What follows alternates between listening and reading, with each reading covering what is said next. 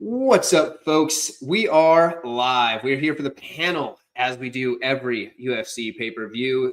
The odd numbers, of course, so I am your host. I am 138 MMA, which you probably know if you are on my channel. If you are not on my channel, if you are watching somewhere else, hey, good to see you, good to meet you.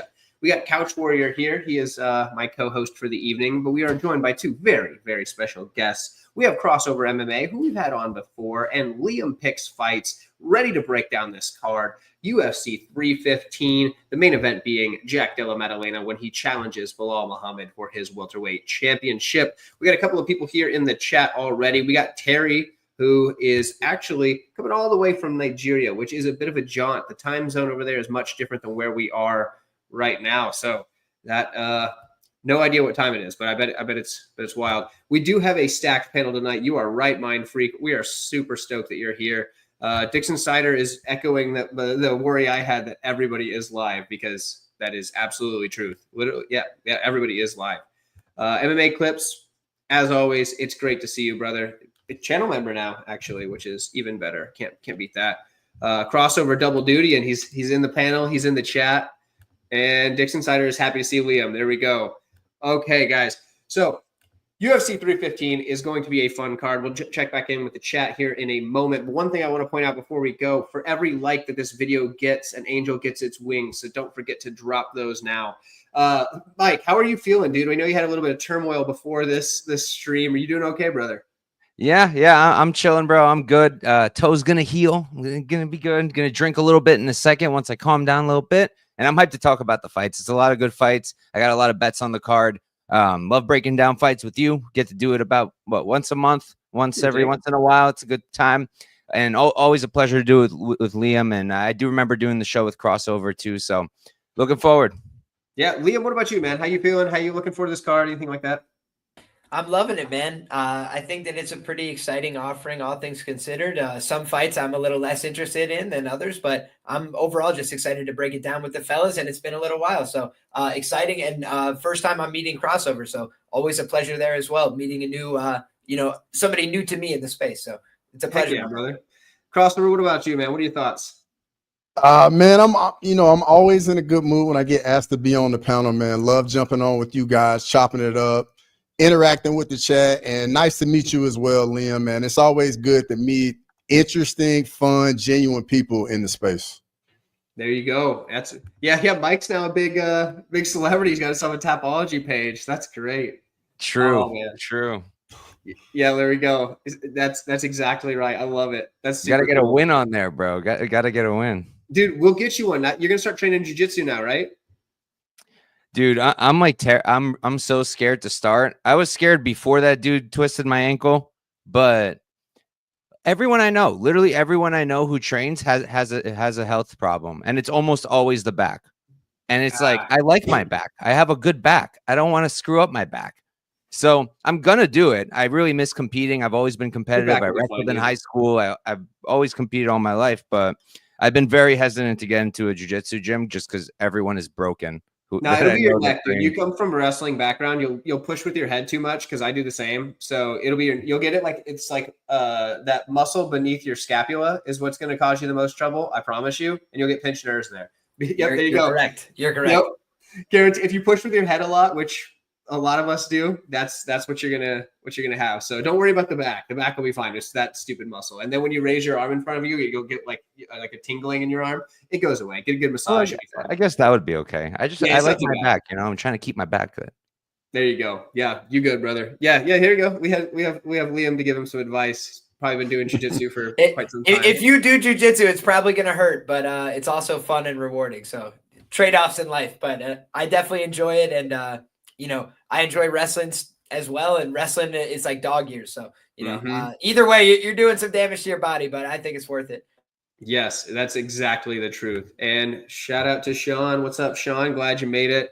I don't know if training's the easy part, but it's definitely fun. And you do. When I wrestled, all my injuries came in practice. I never got injured in a match. Every time I broke a nose or a finger or something, it was because I was fucking around at practice. Yeah, dude, practice. It's the thing. And like in practice, you'll like, you spend more hours practicing than you do in the actual combat or the sport. So it's it's just like the law of numbers, I believe. So, but I don't know anything about numbers. I'm just a dummy. So, but anyway, let's go ahead and jump into the card. We can start. We had some fun talking grappling, which I love to do.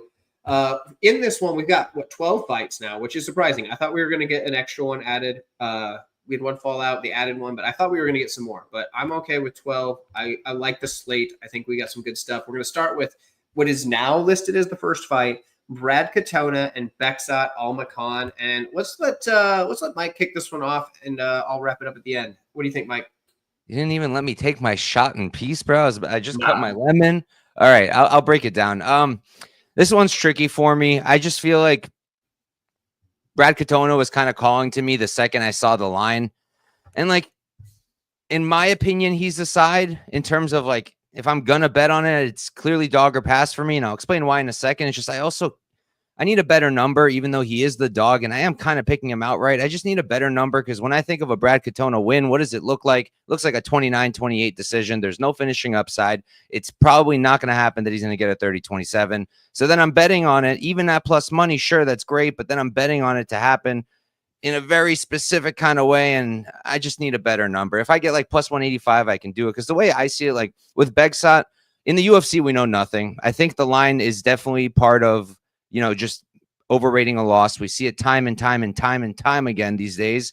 And I think that's part of the problem with the line. We haven't seen much from Beksat in the UFC.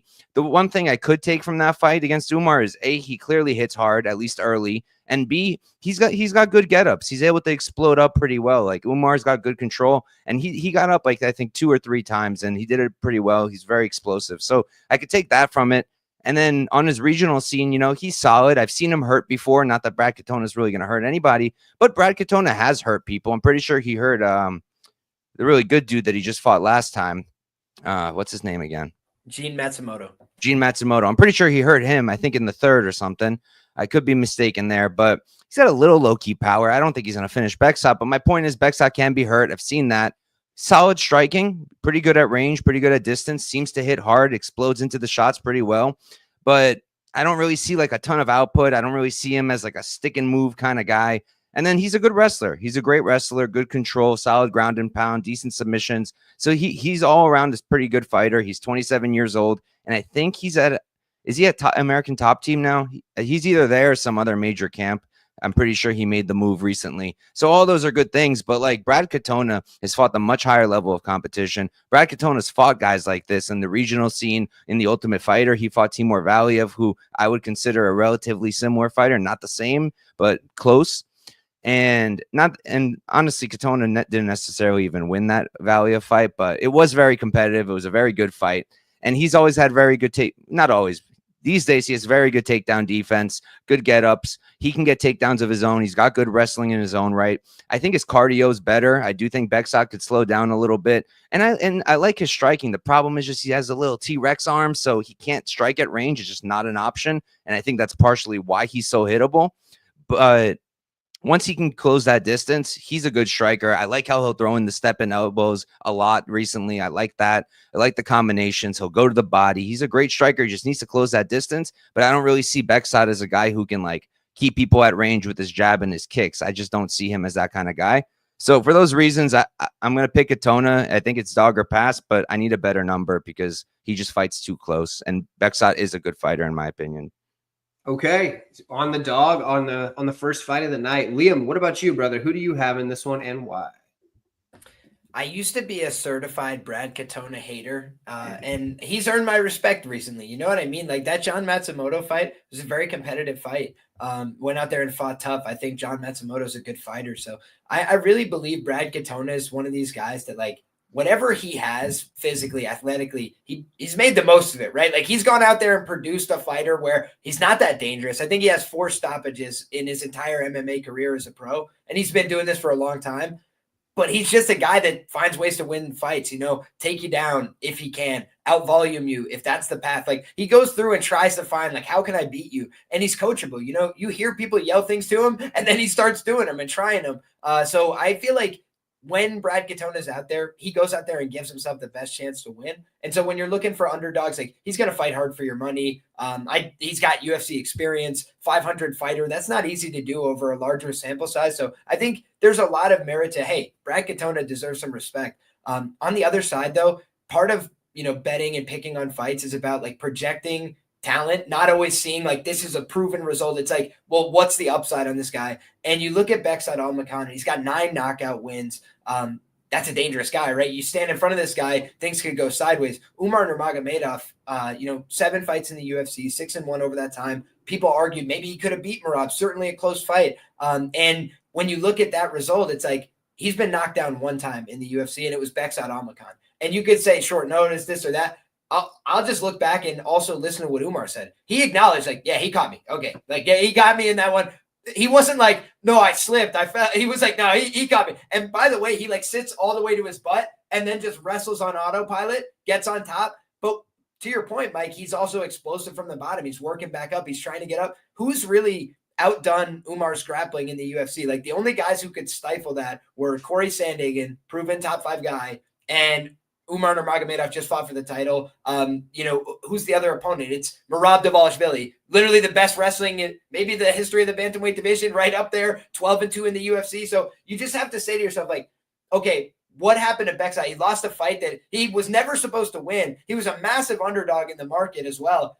And he kind of overperformed that price, had a moment, gave him a scare, fought hard the whole time. So when I look at it, I just say, like, he feels to me like the guy with more talent, with more upside, who could actually go out there and finish this fight, be more dangerous. I think it's kind of like miraculous. Brad Katona's never been put down. He gets hit hard. He stands in the pocket. Like he takes a lot of chances and risks. And I think his durability has served him well. But I also think we're starting to see it unraveling a little bit. He's allowing Garrett Armfield 100 significant strikes. These other guys, to get off on some real volume or power shots. John Matsumoto landed some serious shots. So I think I'm leaning towards Bekzat. I think he gets it done with a KO or a decision in this fight. There we go. We're split 1-1 so far. Real quick, I want to shout out a couple of people that jumped into the chat. We got Juice Man down here. We got Leroy down here. Welcome, guys. Glad you all are here. Those are a couple of Crossovers fans coming into the chat. I'd love to see it. Crossover, why don't you take it from here? Who do you got in this one?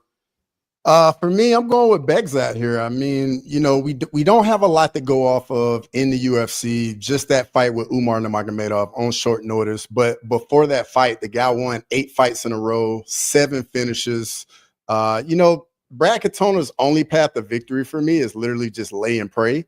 And we're going to be in the bigger octagon. We're not in the apex. Bekzat's going to have more room to operate. These are small guys. And I think Bekzat's going to be able to do a good job defending the takedowns, keeping the fight on the feet. And he's definitely the more explosive striker.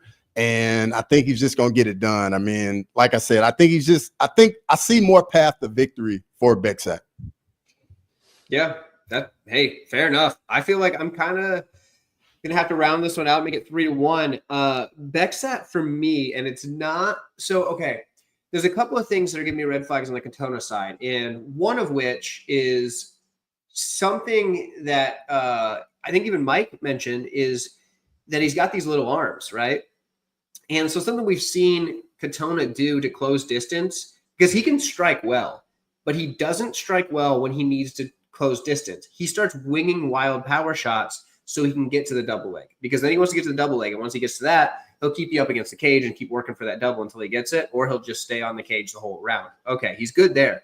But when he comes in, a guy like Bekzat with that knockdown power, I mean, he's only got to land a couple of those. He wins the fight. I mean, everybody's like, oh, he only landed 3 strikes against Umar. Yeah, but one of those 3. So at 33.3 repeating % of his, shots are knocking Umar down. I mean, it doesn't take a whole lot to think he's going to knock down a guy like Katona, who does get hit quite a bit. The thing I like about Katona is his cardio, his pace, and his, proven durability. But in a matchup where I think he's going to be the guy taking more damage, I feel like I got to go with Bekzat. Another thing that's interesting is that Katona seems to be the public dog this week, and money keeps coming in on him. So at this point, you're getting to where it's like, oh man, like I missed my shot on Katona.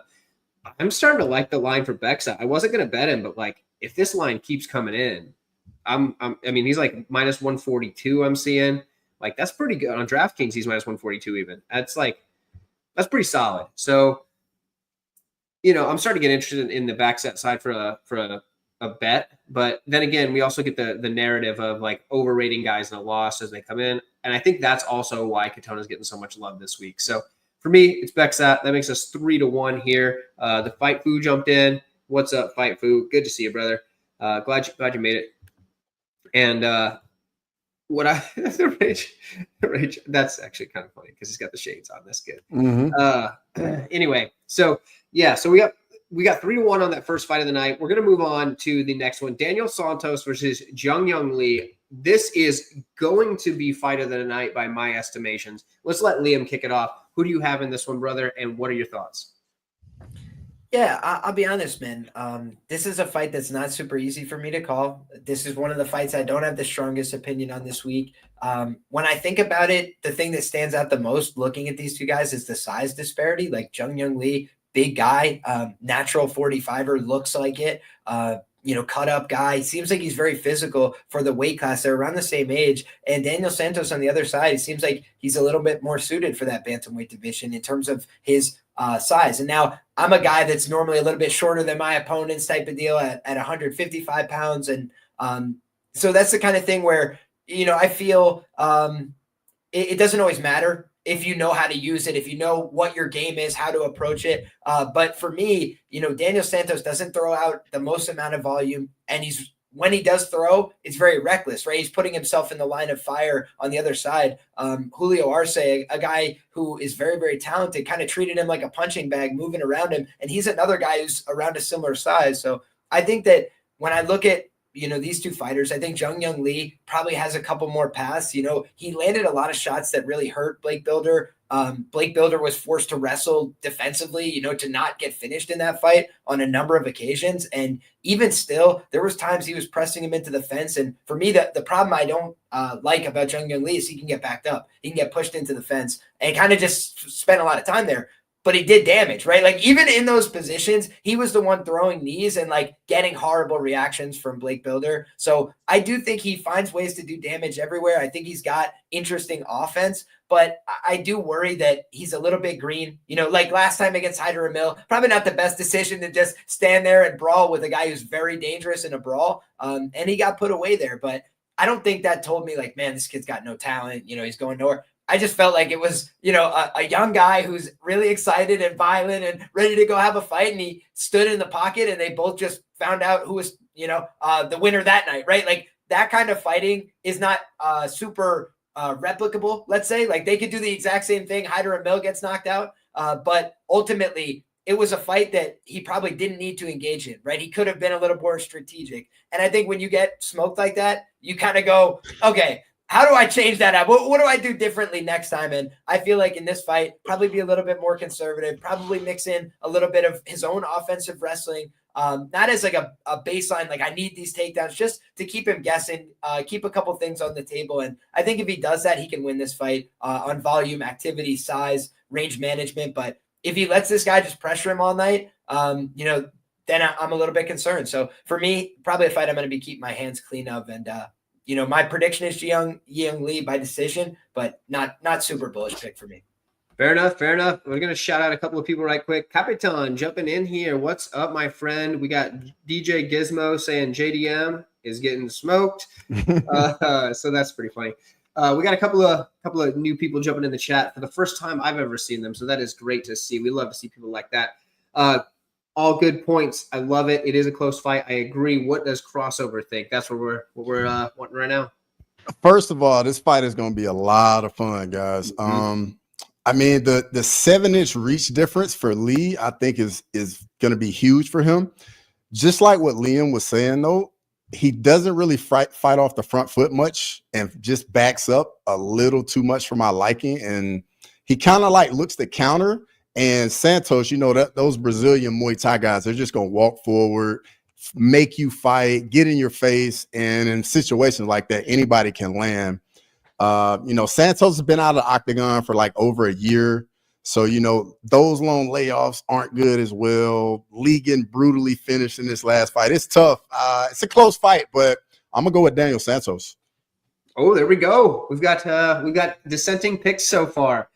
Okay, I'm actually going to jump back on the Jung Young Lee side, which is interesting because he opened as the underdog, and now he is the favorite. So if you bet on Lee early, especially really early, like he was at most plus 160, I believe. Yeah, plus 160. So big arbitrage opportunity for anybody that did that. I think Jung Young Lee's getting it done because, well, A, the size is a big deal, but also the thing that's going to be different is Daniel Santos is the type of guy that he throws a lot of missing shots and a lot of spinning shots and a lot of big, like his accuracy is like 20-something%. His striking defense is abysmal, but when he lands, it's big, powerful stuff. Jung Young Lee is durable as heck, dude. Like, do you know how many shots that dude ate and didn't go down against Hyder Emil? I mean, the dude landed in like not even around like 100-something significant strikes on him, and he was still standing and covering up and probably still in it if this wasn't in the UFC. If this was in like a different show, dude was probably all right. So is Santos live? For sure. Absolutely could win this, but I don't like the move up in weight class for him. I don't like that it's short notice. I don't like for Santos that he's going against a guy that is as durable as Lee. And I don't think Lee is actually going to be hesitant out there because like the dude trains under the Korean Zombie, and there's something that they do in that camp where they're just like, yo, we're going to just become zombies too. So I don't know if they all just got infected with whatever the virus is, but to me, I feel like Jung Young Lee is the side, but I can see a path for Santos. I'm just not on it. Mike, what about you? Are we going to be 3-1 again, or are we going to be even? Yeah, we're going to be 3-1, and I'll be on the majority this time around. For me, it's like, I forgot who mentioned it. I think it was Crossover that like, Lee's on the back foot a lot, and like Santos is going to be on the front foot. He's this brawler, shoot box. I kind of think that plays into Lee's favor, because he is a counter striker. And what's the best kind of gift you can give a counter striker? A guy who's going to be moving forward with zero defense. And I think that's going to benefit Lee a lot. I know that you can draw parallels between that and like Hyder Emil, but like, come on, Hyder Emil's like twice his size. He's a huge dude. He's not like super tall, but he's a big dude. Hits real hard. It turns out he's actually pretty good too. So dude could push a pace. Dude could he brings it. And I'm sure Santos can make it kind of look like that. He can run forward and throw big shots, but it's not going to have the same effect in my opinion. I think Lee's going to be able to counter him. I think Lee is overall just a better, more well-rounded fighter. I don't like the layoff for Santos. He pulled out of a ton of fights, which I never, ever like. I don't like inactivity. Anybody who watches me knows that. I talk about it all the time. I hate it. I hate inactivity. I don't like the move up in weight. I don't think he was a big bantamweight to begin with, and now he's moving up to featherweight, where he's certainly not going to be a big featherweight. He's fought as low as flyweight, has one career fight at featherweight, and that's it. And that was a long time ago, I'm pretty sure. So, and even all that stuff aside, just stylistically, I think Lee's going to be able to counter. I think Lee's going to hit harder. I think Lee could get takedowns. And Santos is, again, classic shoot box guy. You take him down, he's going to be more than happy to play off of his back and try to get subs. And if he doesn't get them, he's just giving up minutes to Lee. And I think Lee can take advantage. And I wouldn't count out a Lee sub either. He's pretty sneaky with the submissions. I wouldn't count out a Lee knockout.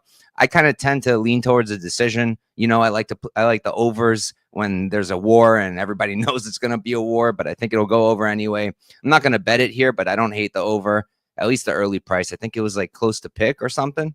Not sure what it is now. No idea. Let me see. Oh, fight goes is plus 130, over 2.5 plus 110. Like I like that. I'm not going to do it because I have other plays, but I do lean that way. I think it's going to be a war that goes the distance, but I do think Lee can finish. I think he's got the finishing upside. And yeah, overall, I like Lee here. Shout out to Grimy. That's crazy. Taking laughs to the chat. That's all That's crazy. I love it. I love it. That's crazy. Oh, also, shout out to Rob jumping in the chat. He wants to know if Crossover is going to be doing a watch party. You be doing a watch party, brother? Yes, sir. Just the main card. I'll probably be on with probably 3-4 other guys. We do it for all the pay-per-views. So if anybody wants to jump on, feel free. We have a good time. Enjoy the fights, just like everybody. There you go. There you go. And then the links for everybody. It's whatever our names are on the screen. That's pretty much what our ats are. Our names. Or if you jump over to my channel, because I think you're watching from Crossover's channel. If you jump over to mine, we're also doing it. It's 138 MMA. All the links are in the description on mine. So I had a little more time to throw everything together. So and for anybody that didn't know, we've got this streaming on multiple channels, which is I wanted to ask, how does that work? Like, are you both going to get the same amount of views, or are you only going to get the views? So everybody gets different views and gets different watch time, but you're streaming on everybody's channel. Yeah, so you get more eyeballs on it. Doing that, Tyler. Yeah, I thought it was a good idea because obviously, like the streams aren't even monetized I can monetize a stream, but it's a pain in the ass if you try to jump into a stream and all of a sudden you get hit with an ad. So I don't monetize until after the stream's over. So like, I don't care where you're watching it. I want you to watch the other content. So if we just put it up on everybody's channel, we could throw it up on literally everybody's channel if we want to, and it's totally fine with me. Let's start doing at least both of ours. That's smart. Yeah. I thought it was a great idea. So it's easy to do too. It lets you do that. So, but anyway, let's see. So 3-1. We've been 3-1 in both of the fights so far, and that is surprising. So there we go. He's got the links. That's what's up. Glad to see it. Sub to everybody. There you go. Leroy's appreciate you, bro. Let's go. Leroy's a good guy, man. Sometimes. There you go. Sounds like he's sometimes a good guy. That's good. So yeah, we can move on though. Let's see. We started with Liam. That means crossover is starting the next one. We have Marc-Andre Barriault versus Bruno Silva. A couple of guys that are not doing so well right now, but crossover. Who do you have winning this one and getting back on winning to their winning ways? Man, this is a tough one. I mean, it seems like going into this fight, neither guy wants to win. Bruno Silva's lost 4 in a row. Marc-Andre Barriault's lost 3 in a row with 2 finishes. It's a tough one. For me, I kind of look at this fight like the first round and a half, I like Bruno Silva. After 1.5, I like Marc-Andre's cardio to get it done. But that chin's a little suspect. But I'm going to go with Marc-Andre Barriault getting it done in front of the Canadian people. There you go. Going with Marc-Andre to get it done in front of his home fans. I echo that sentiment, but with the most caution and reservation possible. Because if there's one thing Bruno Silva can do well, it is knock people out. Even though it's been a while. He has 23 wins in MMA. 20 of them are knockouts. You just don't get that many knockouts without some real natural power. But something that's scary about Bruno Silva is he has said that he's really just battling some severe anxiety every time he goes out there ever since that Poisson matchup. Understandably so. That man tried to kill him, and I get it, but you would think if you already went through that, you've went through the worst. What more can somebody do to you? But I mean, so I kind of get it. It's tough. It's tough to say. I've got to go with Barriault just because of the fact that I feel like it's not, I don't want to back a guy that's having some severe anxiety every time he goes out there. So I'm on that. Shout out to Carlos jumping in the chat. What's up, Carlos? That's good. Good to see you. Good to see you. Let's see. One more here. We got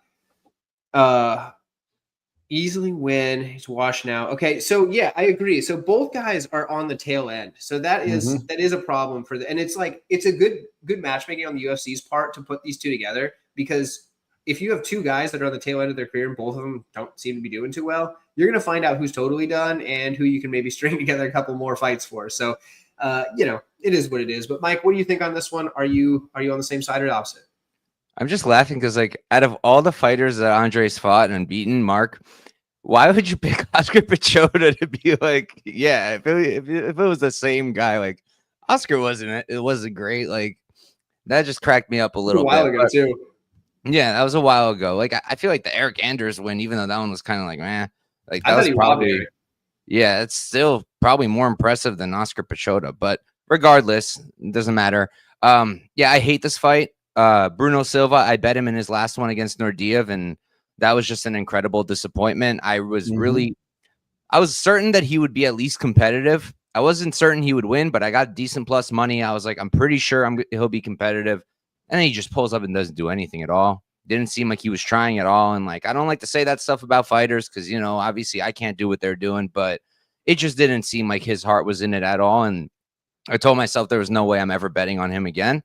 And I can understand why some people might want to bet him here. That's pretty dirty good. Right there. That's pretty good. I understand why people might want to bet him here because MAB's been knocked out 2 times in a row. But like, look, the first one to Pyfer, that's fine. That's fine. I don't think Piper's the best fighter in the world, but he hits like a train, and I think we can all acknowledge that. And then like Dustin Stoltzfus, I get it. That's a little funnier. But come on. Don't disrespect my boy. My boy hurt Soriano too. All right. He hurt Soriano before he finished him.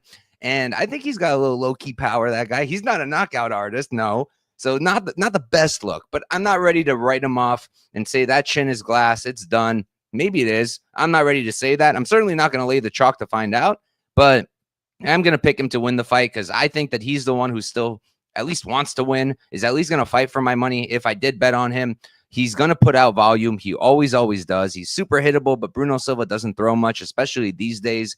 Marc-Andre Barriault doesn't really wrestle at all, but I think the last takedown he got was in like 2019. But if he wanted to, he probably could do it here, could mix it in. He's got the cardio for it. Bruno Silva is going to get tired regardless, even if he is fighting hard. So, yeah, I just feel like it's Marc-Andre Barriault their pass, but I don't want to lay the chalk on him at -150. Silva does hit hard at the end of the day. It only takes one. It's mixed martial arts. So, yeah, I'll pick Marc-Andre, but that's about it.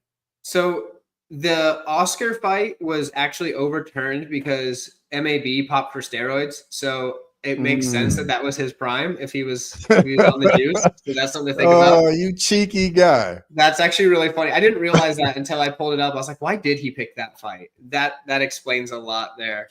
I do agree with Dogfather here that, yeah, his attributes are his output and durability, which the durability is fading. So that is for sure. Liam, what are your thoughts on this fight? Yeah, I'm not a huge MAB guy. I was always skeptical of the claims. Like when people used to say he was like the most durable fighter ever. Before the Chitty fight, I was like, are we sure about that? And then he got killed there. But that being said, I do think he wants to win fights and wants to participate. And like that could be enough. That for me is the biggest problem with Bruno Silva. But in addition to that, you could just look at this guy as like a guy who had a great run, from 2014 to 2021. And since that fight with Alex Pereira, I'm not sure we're getting the same guy out there. 1-6 since that performance. Only win in that time was like a flash knockout type deal. So again, does he have one more of those in him? I think that's very possible. I think that's his path to winning this fight. But on the other side, you got a guy who basically has never been stopped with strikes against Barriault, in this case, who is now +185 to win the fight by knockout. I just saw that the submission price is like 16-1. And Bruno Silva basically has been submitted in the vast majority of his professional losses. When a guy doesn't want to be there, what's the number one way they lose? They give up a rear naked choke that existed or didn't. Like half the time it's before they even lock it up. They're like, get me out of here. I'm done with this career. So again, it's like, I could just see a number of ways that Barriault can make this guy tap and give up. So I just bet that live on the air. We'll see how it goes. But for me, that's the only way I'd look to get involved in this fight. Like I think you got two guys that are both pretty washed here, but I think one guy wants to win, and I think that if he decides to grapple, he can definitely do it. So that's the way I see it. I like that idea. Yeah. Real quick, I wanted to add. So I meant to say when I was breaking down the fight, I was thinking like MAB decision because it was like +275. I think I saw, which is pretty nice because I do see him kind of as a decision guy. But I like Liam's angle too. So while he was talking, I just looked at what the double chance. Yeah, what that was on DraftKings. It's +150 for sub or decision, which I kind of like. I don't really think he's gonna knock out Silva. I still don't really want to bet on him, but if I was to bet on him, maybe I would do something like that. Yeah, that's the double chance is a lot safer, obviously, because I mean, one thing for sure, even though Bruno Silva is kind of towards the end of his rope, he still seems to be durable enough. You know what I mean? Mm-hmm. So I don't know. I feel like that's probably if you're going to play two methods, I feel like those are the two methods. So I get that. I've just stayed away from this fight. Screw that. I don't want anything to do with it. That's good advice. There we go. Look at that. We got crossovers bringing all the fans tonight. What's up? Lane's in the chat. I love it. Love to see it. Love to see all these people.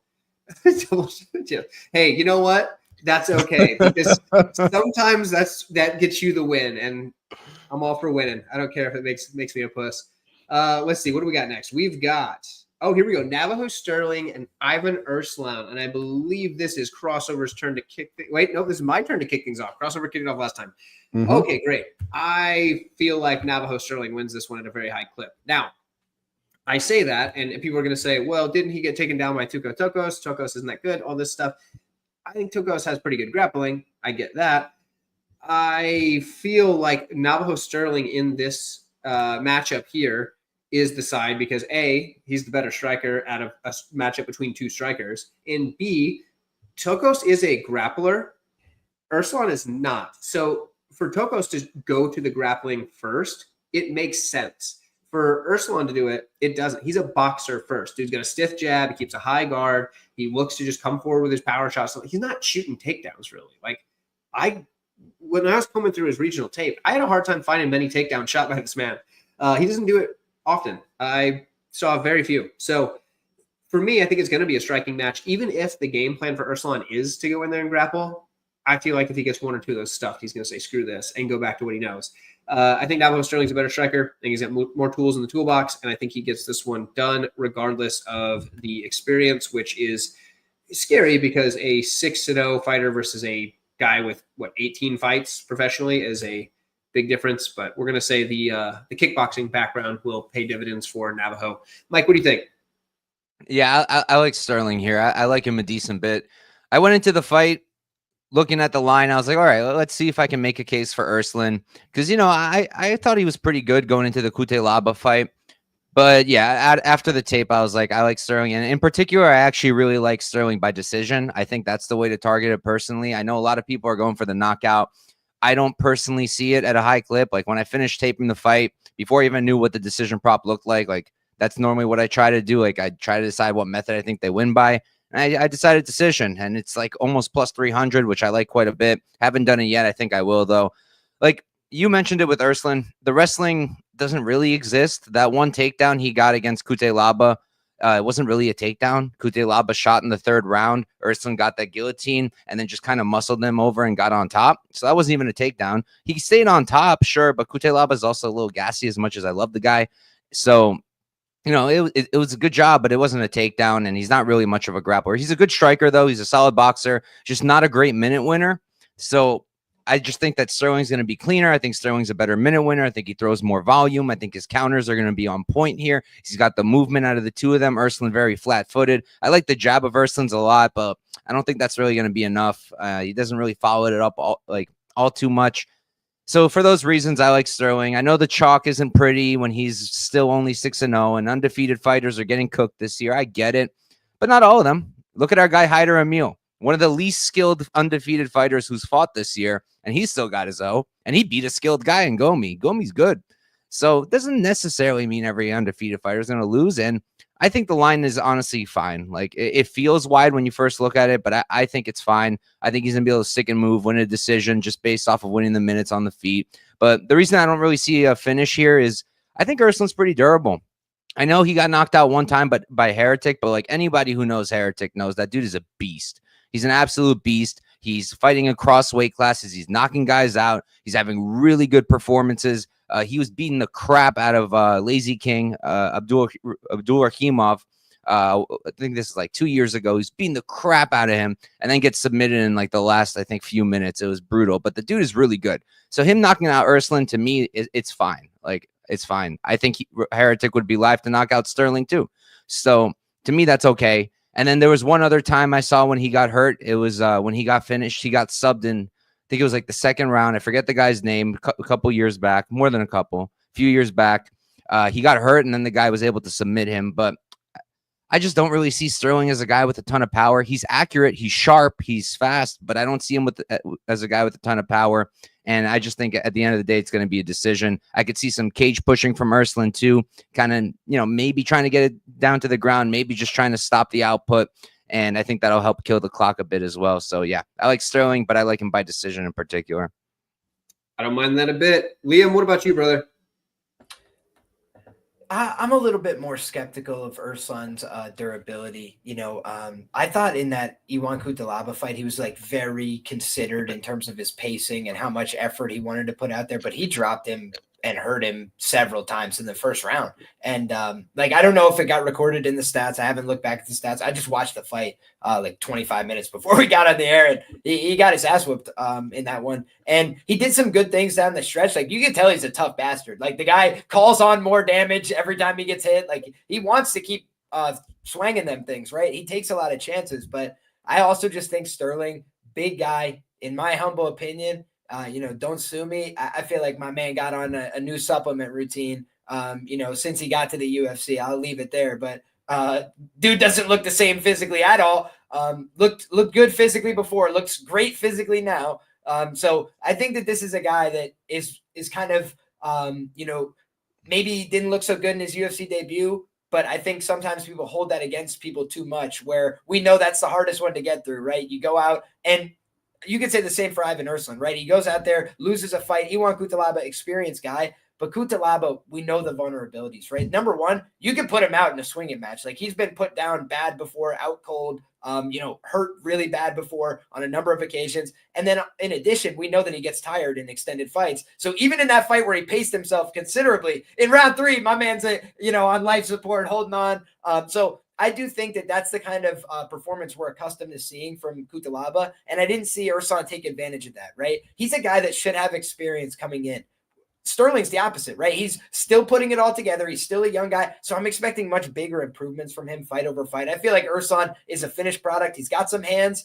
Like you guys mentioned, his grappling, nothing really to write home about. And I just think the difference here could be if Sterling gets dialed in on, a couple of finishing holds in jiu-jitsu. You don't need to be Johnny Jiu-Jitsu to hurt somebody, hop on their neck, and finish when you got long arms like that. And for me, I just feel like Sterling, he's a very patient guy, sometimes to a detriment. I feel like now the confidence is starting to build a little bit, and he's going to be a little more aggressive against this opponent. I think he's going to hurt him and get him out of there. There we go. So far, 3-0 on the Sterling side. Crossover, are you going to wrap this up for a full four-sided beatdown or what? I am. I'm going Navajo Sterling as well, man. I mean, I think just he's the better striker. He lands at more than double the clip that Urslan lands at. It's got a 6-inch reach advantage.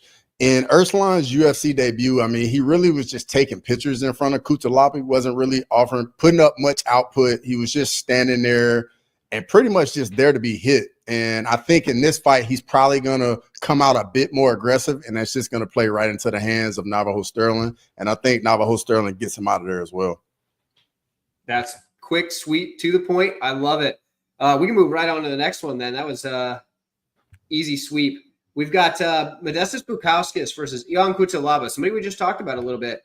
And another fight where the odds have I guess kind of flipped a little bit back and forth, but it looks like right now Bukauskas is the slightest of underdogs. Earlier, Cutelaba was the slightest of underdogs. So we're going back and forth with those just a bit. I believe it is Mike's turn to kick it off. Before we do that, we've got to shout out Mushroom. What's up, Mushroom? Glad you made it. Mike, why don't you tell us who you think in this one, and we'll go from there. Yeah, so this one it's tricky because it's two guys that I have always overrated like way too much. When Modestas first got to the UFC, I was like, this guy's going to be top 5. He's going to be top 5. This dude's legit. And I was so wrong. I was so wrong about him. And then with Cutelaba, I've just lost so much money on him because I always believe in him, and then he flops. But he pulls through sometimes, which is nice. But now you're matching them both up, and it's like, who do I trust less? But realistically, like I do think Modestas is the better fighter. I think Modestas is the better fighter. My problems with him is a lack of urgency, sometimes just a lack of output. I didn't like the Prachniow fight very much, considering I had a bet on Modestas. Pulled through in round 3. That was great. Saved my night with the round 3 prop, but like you can't bank on that. And against Cutelaba, maybe you can because he gasses. But my I don't even know what my point is, but I just think that Modestas, a little hard to trust, doesn't really pull away sometimes when he should, but I do think that he's the cleaner striker. I like his striking quite a bit. Good counters, nice combinations. He just needs to throw more, and then I think he'd have a lot of success. He could grapple. His takedown defense is good. Cutelaba, good wrestler. A lot of it is physicality and strength, though, and the control isn't exactly on point. His takedown defense is good. They're not my favorite fighters, but two guys who I said Andre Muniz would be the one to dethrone Israel Adesanya if you want my bad takes. I've got some bad early takes, and those are two of them. We all do, brother. Yeah, but anyway, so with Cutelaba, he's a guy who he can get the takedowns. He's a good wrestler. I don't love the control, though. I don't think it's too good. The ground and pound is very good when he can keep people there. Submission, grappling, pretty solid. I think the jiu-jitsu is pretty good. I bet on him in that round 1 sub against Urslan. That felt real nice. Got to hit those long shots eventually because I lose them pretty much every week. But I don't think he's going to sub Modestas. I think Modestas will be able to work his way back up. I don't really see him getting finished by ground and pound. And Cutelaba to this day still slows down, still gets tired. I think Modestas has the better cardio, better gas tank. And I just think that Cutelaba is going to, even outside of the cardio, like he's going to be really easy to counter. He's a very hittable guy. His boxing's good, but nothing spectacular. And I don't really see him knocking. I mean, he could knock out Bukauskas, but I don't think he's going to personally. So for me, it's Modestas, dog or pass for sure. He's the underdog. And if the line keeps going, I might get involved. But right now, I'm just passing. There we go. Ends up on Modestas as the dog. Liam, who do you have in this one? And what's your thoughts on it? Yeah, I'm going to very hesitantly pick Modestas in this one. Excuse me. If you ask me who I think is like more technical, a little bit more clean with their techniques and their movement and their understanding even of fighting, I would probably go with Modestas, right? Like I just think he's a guy that understands what he's trying to do out there.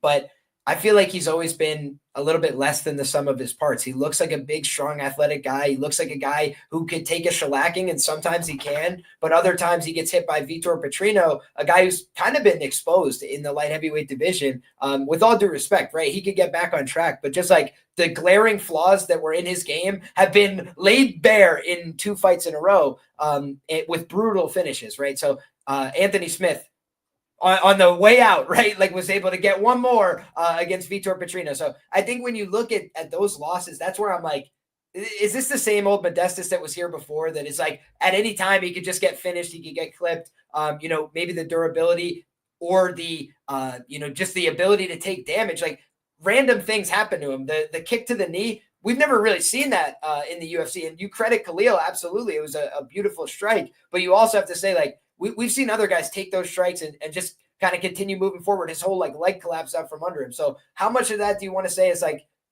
at a certain point, this is like cars crashing into each other. Some guys can be in car crashes every Saturday and just keep coming back for more. And other guys, like when they get hit, they fall apart, they get hurt, and there's nothing that they could do differently, right? They're trying their best. Their effort is there, but they just can't fix that. So that's for me, the biggest flaw with Modestas. It's like, I'm always just worried he's going to fall apart. But the skills, I think, are there. So I'm going to pick him to win because I think Cutelaba, he's also a self-immolator. Sometimes he goes out there, puts together a great 5 minutes, absolutely falls apart down the stretch. And like Ivan Urslan, if he had better finishing instincts, maybe puts him away in that 3rd round. Instead, he's like holding on top and kind of just letting the round and the time pass him by. And I think that when you look at how this matches up, I think you got 2 guys that are different in terms of their approach. And you've had a guy in Cutelaba had to dial it back and try and be more technical. I feel like at the end of the day, he's fighting against type. If he goes out there and just tries to smoke this guy, I actually think he wins this fight. But if he goes out there and tries to be Johnny technical boxing and, work on the outside, I have a feeling Modestas will get ahead of him on the strike count and maybe cage push him, make it ugly, and find a way to win. But ultimately, no confidence here.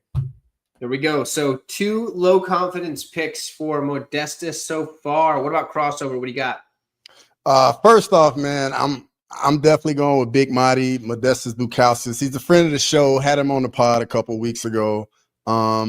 I will say, though, Ion Cutelaba, man, his fight IQ has picked up big time in his last 2 fights. He's definitely fighting a little smarter, fighting with a little more confidence. But at the same time, Bukauskas, we can say the same exact thing. Both guys have losses we kind of look a little sideways at in the UFC. Modestas is going to join 3-inch reach advantage. So on the feet at range, I definitely like Modestas. And I feel like we know what Cutelaba is going to do. He's going to try to get you on the back foot, get you up against the cage, get you in the clinch, get you on the ground, eat up some clock, ground and pound. And I just think Modestas gets it done. Hey, fair enough. Fair enough. I did not expect us to all be on the same side on this one, but we are. Now, a little caveat here. I surprisingly have a really good record of picking Cutelaba fights correctly. The opposite is true for Modestas Bukauskas fights. I pick most of his fights incorrectly. In fact, I would have got the Tyson Pedro fight wrong had somebody not tipped me off that, oh, hey, Tyson Pedro ain't all in on this one. Just a little bit ahead of the fight. They told me, like, yo, Tyson Pedro ain't all in. And then I switched it up. I took Modestas then. But had they not done that, I would have definitely not made the right choice there. But either way, so I'm going to take Modestas. I think he's got the gas tank to do it. I think he's skilled enough to get it done. It's one of those things, though. If he goes out there and just gets smoked in the first round, I won't be surprised whatsoever. So, yeah, that's about as easy as it gets on that one. So that all of us on the same side, surprisingly, which is impressive. So let's move on to, oh, here we go. Okay. We have my main event for this card. It is Jessica Andrade versus Jasmine Jazudicius. I believe Liam's kicking this one off. Liam, let's hear your thoughts, brother. Yeah, a cash cow for me. Jessica Andrade, for and against. I've done very well betting on Jessica at times. I think I bet her against Valentina Shevchenko, which maybe was the worst bet of all time. But when you look back at most of my results, I've done quite well. I called her submission against Amanda Lemos, 1 unit at plus 600, one of my favorite bets. Made her look like a complete amateur in the jiu-jitsu, no disrespect. But when you look back at, her career, I feel like there's versions of Jessica Andrade that are, world class. And then there's versions that look very average, with all due respect. And I think that at 125 pounds, I'm not expecting the best version of Jessica Andrade more often than not. Does it mean she can't show up and have a Caitlin Chukagian performance, go out there and show people what time it is? Of course she could do that. Very powerful striker, dynamic, former world champion, has, a ton of wins in the UFC. So nothing but credit and respect for Jessica Andrade. And she's still just 33 years of age, but she doesn't have, in my opinion, the same competitive fire she once did. And in terms of career management, you can make like a class about who's managed their career worse than Jessica Andrade. And it's probably not her own fault, right? I'm sure she's being manipulated behind the scenes. She's talked about managers stealing her money and all these. It's like, yeah, it makes sense. Look at the fights that she's accepted. A month notice in China after she wins the title. Like, who does that when they win the belt? Nobody, for good reason. So I just think that when I'm looking at Jessica Andrade, she fights the toughest fights against brutal matchups every time, never cares. And in this spot, you have basically arguably the most accomplished Canadian on the roster right now. I think that's like, if not undisputably true, it's like very, very obvious argument for why that is. Ranked fighter, 7-2 in the UFC. Really excellent job of improving her skills over time as well. So that loss to Natalia Silva, yeah, she turned out to be such a bum, right? It's like, no, very, very good fighter, only loses to fighters with winning records in the UFC. So I think Jasmine Jazudicius earned her step up. She's a huge woman for the division. That's the opposite of Jessica Andrade. She's a natural strawweight. So I feel like in this fight, if it plays out on the feet, Jessica has a great chance to win because she's young, dynamic, fast. She's got good hands, powerful. Jasmine's there to be hit all the time. But when you talk about who wants to win, who's a dog who's going to bite down on their mouthpiece and go through whatever it takes to get a W, that's Jasmine in my view. And I think right now, if she gets on top, it's going to look a lot like that Valentina Shevchenko, big sister, little sister kind of battle where she can't get back up from the ground. And I just think Jasmine is not like a lot of other women on top who are trying to be, let's call it Jasmine Jiu-Jitsu instead of Johnny Jiu-Jitsu in this case. And she's not trying to do that. She'll take the sub at the end if that's what you want to go home. But she is absolutely brutalizing women with ground and pound. And I think she's going to do the exact same thing to Jessica. If she gets her on the ground, she's going to beat her up and make her question whether she still wants to be there. Love it. Love the breakdown. Real quick, I got to shout out Monticello. I don't believe I got to shout you out yet. I pulled up one of your comments, but I didn't shout you out yet. And Matt has jumped into the chat. And good to see you, Matt. It's always good to see you. So moving on, we got crossovers take. Who do you have in this one, Jasmine or Jessica? I'm going with Jasmine Jazudicius as well. Jessica Andrade, she's been so hot and cold lately with so much activity, just trying to get in there and make money, as she's talked about in her career. It's been tough. I mean, she's going to be giving up a 6-inch reach advantage. Jasmine Jazudicius got a lot of momentum right now, 4 wins in a row. Just like Lynn was saying, man, she gets on top and she just looks to do damage, mix it up, like she walks forward, isn't afraid to eat shots. And I think that 6-inch reach advantage is going to be a problem for Jessica Andrade. And, she's always giving up size in her fights. She fights at literally all the weight classes. And I think this is going to be more of the same. Give me Jasmine Jazudicius. Let's go, brother. This username is cracking me up. John Jones is a good person is an absolutely absurd username, especially because I'm actually, so this is really funny. I finished out the writing up of it today. I'll be dropping a video soon on 5 MMA scumbags worse than John Jones is literally the video that's going to drop. So that's actually hilarious that you jumped into the chat today. So good to see you, dude.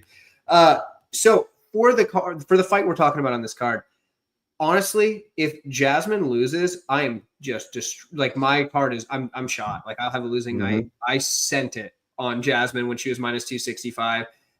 There might be just a little piece of my heart that can't just get over how much I enjoy watching this hoss of a flyweight fight. That woman gets after it. She's durable. She's yelling at you in her thick Canadian accent. And it just makes me fired up. I love it. I love seeing it.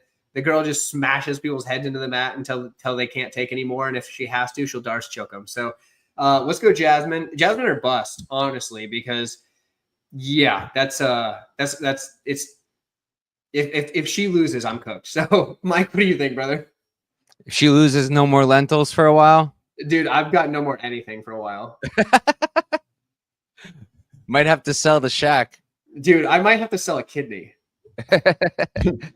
But I like Jasmine here too. At the end of the day, like obviously, yes, on the feet, if for some reason she can't get Andrade down, yeah, Andrade will kill her. She'll kill her. Jasmine can't strike. But I don't think it's going to be on the feet. I think Jasmine's going to drag her down. I think that Andrade is just way too small. I think that Andrade's takedown defense at flyweight is not the same as it is at strawweight. I think off her back, she's not great. I think she can slow down. And I think it was Liam who mentioned it, but I don't think her heart's super into it either. I'm pretty sure there was an interview recently where she was saying that she wanted her next fight to be at strawweight, but they offered her this one, so she took it. So she doesn't even want to be fighting at flyweight. She just took the fight because poorly managed. I think Liam also mentioned that. And I just think it's another mistake here. I think Jasmine's going to get her down. I think Jasmine's going to get her out of there in the second or third round. I know a lot of smart people playing the Jasmine knockout and the round 2, round 3 knockout. I'm a little hesitant. So I just, I like the rounds. I think those are fine too at like +6 and +900. I think on FanDuel for 2 and 3, respectively. So yeah, I like Jasmine here. I think she gets it done. Ground and pound or sub. I think both are live. Value's probably on the KO, but I just like the round props, and I like Jasmine to win. It makes me very happy we're all on the same side for Jasmine. So now we just need her to get it done on Saturday. And then after that fight, I can just rest the rest of the card and not sweat it. So that's nice to know. I believe we are to crossover kicking off the next one here. We have proper Mike Malott and Chuck Buffalo, Charles Radtke. What do you think? Man, this is a tough one. I've been back and forth on this one a good amount, but I'm gonna be honest, man. I like that energy Charles Radtke is having during the week. Full heel, talking all the trash to everybody in Canada. I'm here for it. I love to see it. And the guy's gonna come in there. He's gonna get after Mike Malott. We saw Mike Malott, the guy, gas out against Neil Magny in the third round to get finished. Radtke, the guy's been doing pretty well. I mean, until he came up against Carlos Prates, but I mean, I like his attitude. He's gonna make the fight interesting. He's gonna walk forward, and the guy's a dog. And I personally like this. So give me Charles Radtke. So love the breakdown. I gotta laugh at the 4570 comment. Did you guys see the Jackson podcast with Kevin Holland? Yeah. Oh my gosh, that's a good reference there, and I'm glad that most of us got that. That's awesome.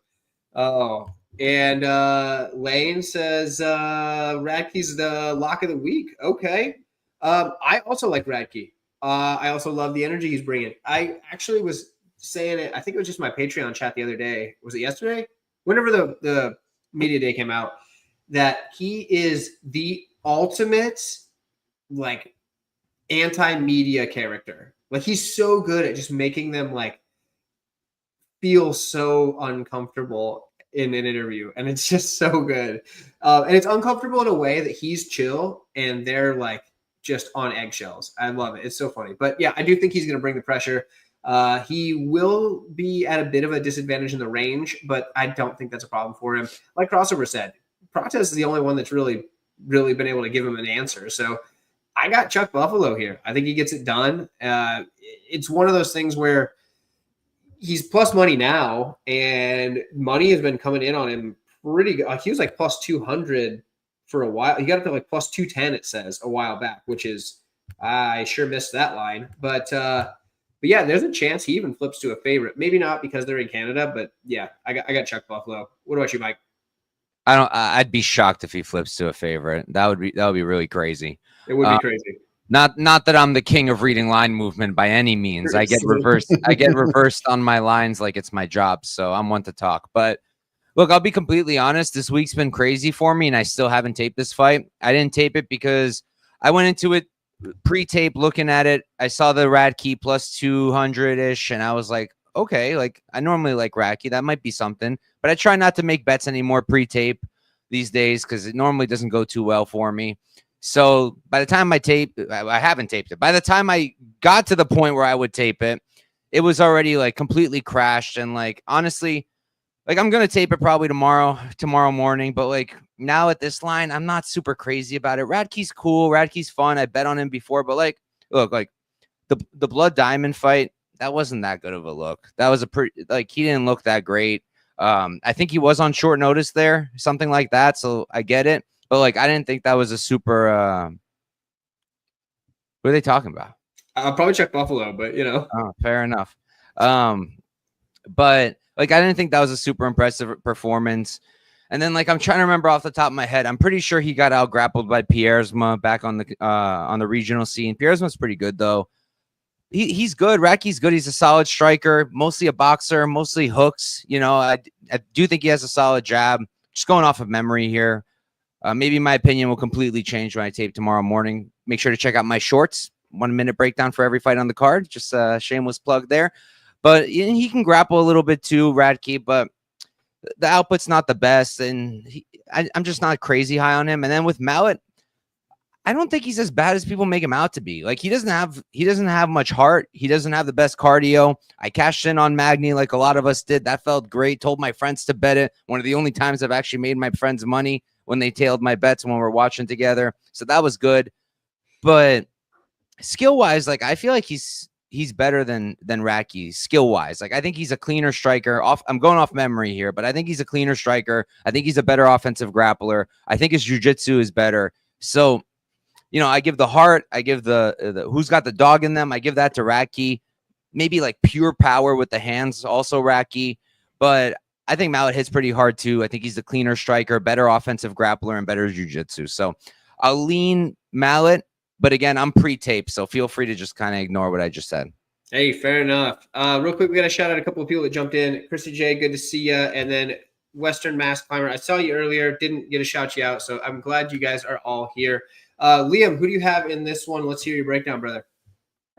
Yeah, I felt like Mike Malott had to be dead to me after he failed to beat Neil Magny. Now I don't even think I had a single bet on that fight, but I believed in Mike Malott being like the best Canadian fighter, basically. And he's up there, right? But you look back and there are signs of concern on all of his footage, even the good footage, right? You go back and watch the Mickey Gall fight. Yeah, he knocked Mickey dead, right? It was an awesome knockout, but he's bloodied up in the nose. You know, he kind of took some shots in that fight. Mike Malott has a style where if he goes out there for the kill, you know, he puts himself in the fire and he can put somebody in the box, like period, point blank. He's got an excellent guillotine choke. He's a dangerous grappler to your point, Mike, but also he's got hands, right? He can hurt people with his power. He can hurt people with kicks as well. So I think that Mike Malott is a dangerous fighter, but I think like there's a certain attitude difference between these two guys, which is like, Chuck Buffalo, kind of seems like that guy who is like a pro wrestling heel. He'd like blow the sand in your eyes. Like he's that kind of guy, man. He'll scumbag you to death if he has to. But on the other side, it's like, I do think he's had a pretty fortunate run out. You watch back that Blood Diamond fight. It's a horrific look. I'll go even further. Like that was a really bad look I felt because Blood Diamond, guys, has gone 0-2 outside the UFC. right? Since his UFC contract, he lost all his fights in the UFC. He's gone 0-2 on the regionals. So that guy's just some guy that was friends with Izzy and the crew. Like, no disrespect, but like, he was not UFC qualified, ready to go. He wasn't any of those things. He was just a tough, durable guy who took a couple ass whoopings, at this level. And when you look back, it's like, I do think that, the run out has been very fortunate. Not a guy with a winning record on the record of Charles Radtke yet. So I think he's a dangerous guy, right? He's got skills. I think he could beat Mike. But then you look at the size, and it's kind of like Jiang Yeong Lee. He's way bigger. It's like Mike is way bigger than this guy. He's got a bigger frame. He can hit him from further away. So I think that for me, this is a simple dynamic. If Radtke can pressure him, he can eventually break Mike, because Mike is kind of one of those guys that's like ready to fall apart when things aren't going perfectly. But on the other side, like, who's the cleaner fighter? Who's got more skill and technique and even attributes like on their side? I think Mike checks all those boxes. So for me, right guy's favored. The degree is where we'd have some questions, and I don't feel like I'm compelled to lay chalk on a guy who literally won 14 minutes of a fight and then just immolated in the last minute and lost the fight. Can't trust him at chalk. Yeah, I definitely understand that for sure. If you're betting, you kind of have to go with the dog, but there's no shame in passing it. So I totally get that. We got to shout out Andrew. What's up, Andrew? Glad you made it to the chat. It's so good to see you. We've got our next one. Let's see who kicked the last one off. That was crossover. So that's me now. Oh, great. So we have Benoit Saint-Denis taking on Kyle Prepolec. Now, this is an interesting matchup. It's good for two things. One, Prepolec is a guy who is obviously local to the region. He's going to get the local fan pop. And he's also good at putting on a fun fight. And if BSD is good for anything, it's a fun fight as well. So I like that. A lot of people are saying, oh, why didn't you pick up Dufort instead? Well, because he was scheduled to fight Dufort. You could take either guy. Well, Prepolec already beat him. So to me, it makes sense that they took him back to the UFC. He did go 0-2 way back in like 2019. I get it. BSD should win. He should. He absolutely should. Couple of things that make me nervous is, well, BSD was saying he didn't have a head coach for his last two fights. That's not good. That's horrible decision making. And I understand that he probably switched that now, but that's just some really, really bad decision making. So yeah, I'm going to take BSD because, I mean, obviously he's a -1,000 favorite for a reason, but you can't bet him. I don't trust it. I honestly think the over 1.5 is very live. I think Prepolec's pretty tough. So yeah, if like gun to my head, I had to bet, I'd take the over 1.5. Mike, what do you think? So I'm pretty sure BSD's training with Imovov's coach now. Imovov left MMA Factory. I forget the fella's name. He's a good coach though. And so he is at a good camp now. Fine. And like you said, kind of just terrible decision making to not have a head coach going against. Did he not have one for Poirier either?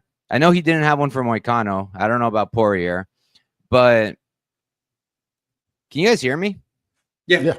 Okay, because Tyler's kind of just staring off in the distance, and usually I'm trying to get to the chat. I went wild for a second. Okay, just wanted to make sure. So in full transparency, I didn't tape this fight either yet, and I mean, can you really blame me that much? I don't really have much interest in betting on Prepolec. Definitely don't have interest on laying -1,200 on BSD, and I'm gonna do it tomorrow, and they still haven't given me props, so there was no rush. I haven't done it. On first glance, I'm thinking like maybe like a fight starts round 2 on DraftKings might be priced nicely, considering they opened this up at over or under 0.5. Now it's over 1.5. Everyone likes the 1.5, so maybe it won't be a great price, but that's something I would look at. The over 1.5, maybe. Prepolec seems pretty durable. I don't think he's ever been knocked out. He's been subbed twice, so that's something. But again, I got to tape it, and BSD's a -1,200 favorite, so not really a ton to say here. There we go. Shout out to Big Ank MMA. Glad you made it to the chat. Good to see you, brother. Good to see you. Liam, it's up to you. We'll see if the microphone adjusting changed anything.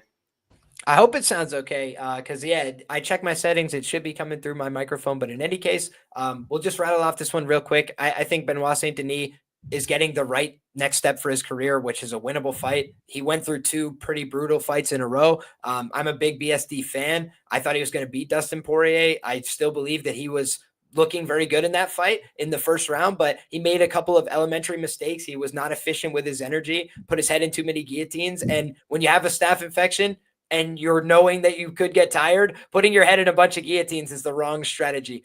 So I think ultimately, he's a tough guy. He's a good fighter, but 2 tough matchups in a row. I thought the way to fight Moicano is on the feet. And instead he kind of engaged with him in the grappling early, got taken down. A couple of tough looks, but again, who's Moicano not better than in the grappling, at lightweight? There's very few guys, right? Islam, there's a couple of guys, but it's not going to be many, right? We won't get to 5, guys with better jiu-jitsu or better grappling purely in this division. So I think ultimately 2 tough matchups. How does he respond? He gets a winnable fight. I think he goes out there and delivers in a big way. Says a nice promo in French, and everybody goes, he gets fired up, and I think that's going to be a good deal. So BSD in a big way, but I'm not going to be betting him at -1,000. I mean, come on. Yeah, definitely no room there. Crossover, what do you think, brother? I couldn't agree more. I think this is a good step in the right direction for BSD after those 2 brutal fights he had. Cal taking this fight on such short notice, hometown guy, gonna have the crowd behind him, but I think it's just gonna be too much for him. BSD, like, the guy's got path to victories with the grappling and the striking, but I will say the guy does leave himself open to get hit. So Kyle definitely has a puncher's chance. Anytime you got a guy in there that's all offense, you got a puncher's chance. So I definitely think he has a chance, but I just think BSD is going to get something out of those 2 losses and realize he needs to make some changes to his game. And I think BSD gets it done. Yeah, that makes a lot of sense to me. Obviously, there's a reason he's a big favorite, so that I get it. So moving right along, let's see. I kicked off the last one. That means Mike's kicking this one off. We have Alexa Grasso and Natalia Silva. One thing I do before we jump into this one, okay, so I'm looking to arbitrage here on this fight, and it's currently at +210 for Grasso. Do we think more money is going to come in on Silva, or is this where it's at? Is this where it's stopping? Throw that into your breakdowns if you would. I could use the little extra decision making on that one. So, Mike, kick it off, brother. Oh, once again, I'm not the line movement You're king not. by any means. So whatever I say now, maybe do the opposite. But I do think that money will continue coming in on Silva. And in my credit, I'm getting better. All right. I'm consciously working on it. I'm getting better at this line movement. But for my breakdown, I like Silva here. I think Silva's the truth. I've been saying this since the day she made her debut. I was there live. I bet her against Jasmine. Can't pretend that I knew she would be that improved going into that fight based off of her regional stuff, but I've been high on her since day one, similar to Manon, who we're going to talk about later. That's a fight I would love to see one day, but I think she's the truth. I think she's the best woman alive right now at the division. I think that Grasso's really good. Grasso's a great fighter. Grasso's became champion, all of that. But I just think right now Silva is better. I think Silva's striking is better. Her movement, her defense, I think it's going to give Grasso problems. Grasso, a great boxer, primarily a boxer when it comes to the striking. And I think Silva's movement is just going to give her a lot of issues. The kicks are going to be there all day. The counters, the way this woman sets up her angles, she's so clean on the feet. It's just ridiculous. I'm a tremendous fan. She's one of my favorite fighters, not one of my favorite women's fighters. She's one of my favorite fighters, period. I think she's incredibly talented, and she's still like, what, 28? So she's still getting better. She's still improving fight to fight, and they've done a really, really good job building her up. I think they've done a similar job to what they've done with Patty, where they have actually paced themselves, built them up, kept them undefeated in the UFC, and gotten them to these big spots. And now she has Grasso. Clearly, if she wins this fight, she's going to get the next one, or maybe after Wei Li, if Wei Li comes up for a second belt. But either way, she's going to, like, this is probably a #1 contender fight. And I just think she has all the tools to get it done. I think that if anything, like, I've seen some people talk about the grappling, like maybe Grasso's going to wrestle her. I think if anything, Silva will take her down. I think Silva's takedown defense is really good. And while she hasn't really gone to the offensive wrestling these days, she did on the regionals. She was primarily a grappler when she was on the regional scene. So I still think that's in her back pocket. And she did take Jasmine down twice on her debut. So if she wanted to take down Grasso, I think she could. And I do think she can control her. But even if this stays on the feet, I think she's going to win the fight. It's always scary, betting any favorite. let alone women's MMA, when they're taking a huge step up and they're a big favorite. It's scary, but I think they've set up Natalia Silva for the spot very well. Andrade was a good, step right before, and now you give her Grasso, former champ, but who just lost in kind of, not great fashion. I think the UFC knows what they're doing. I think Silva's going to get it done, and I really like her this week.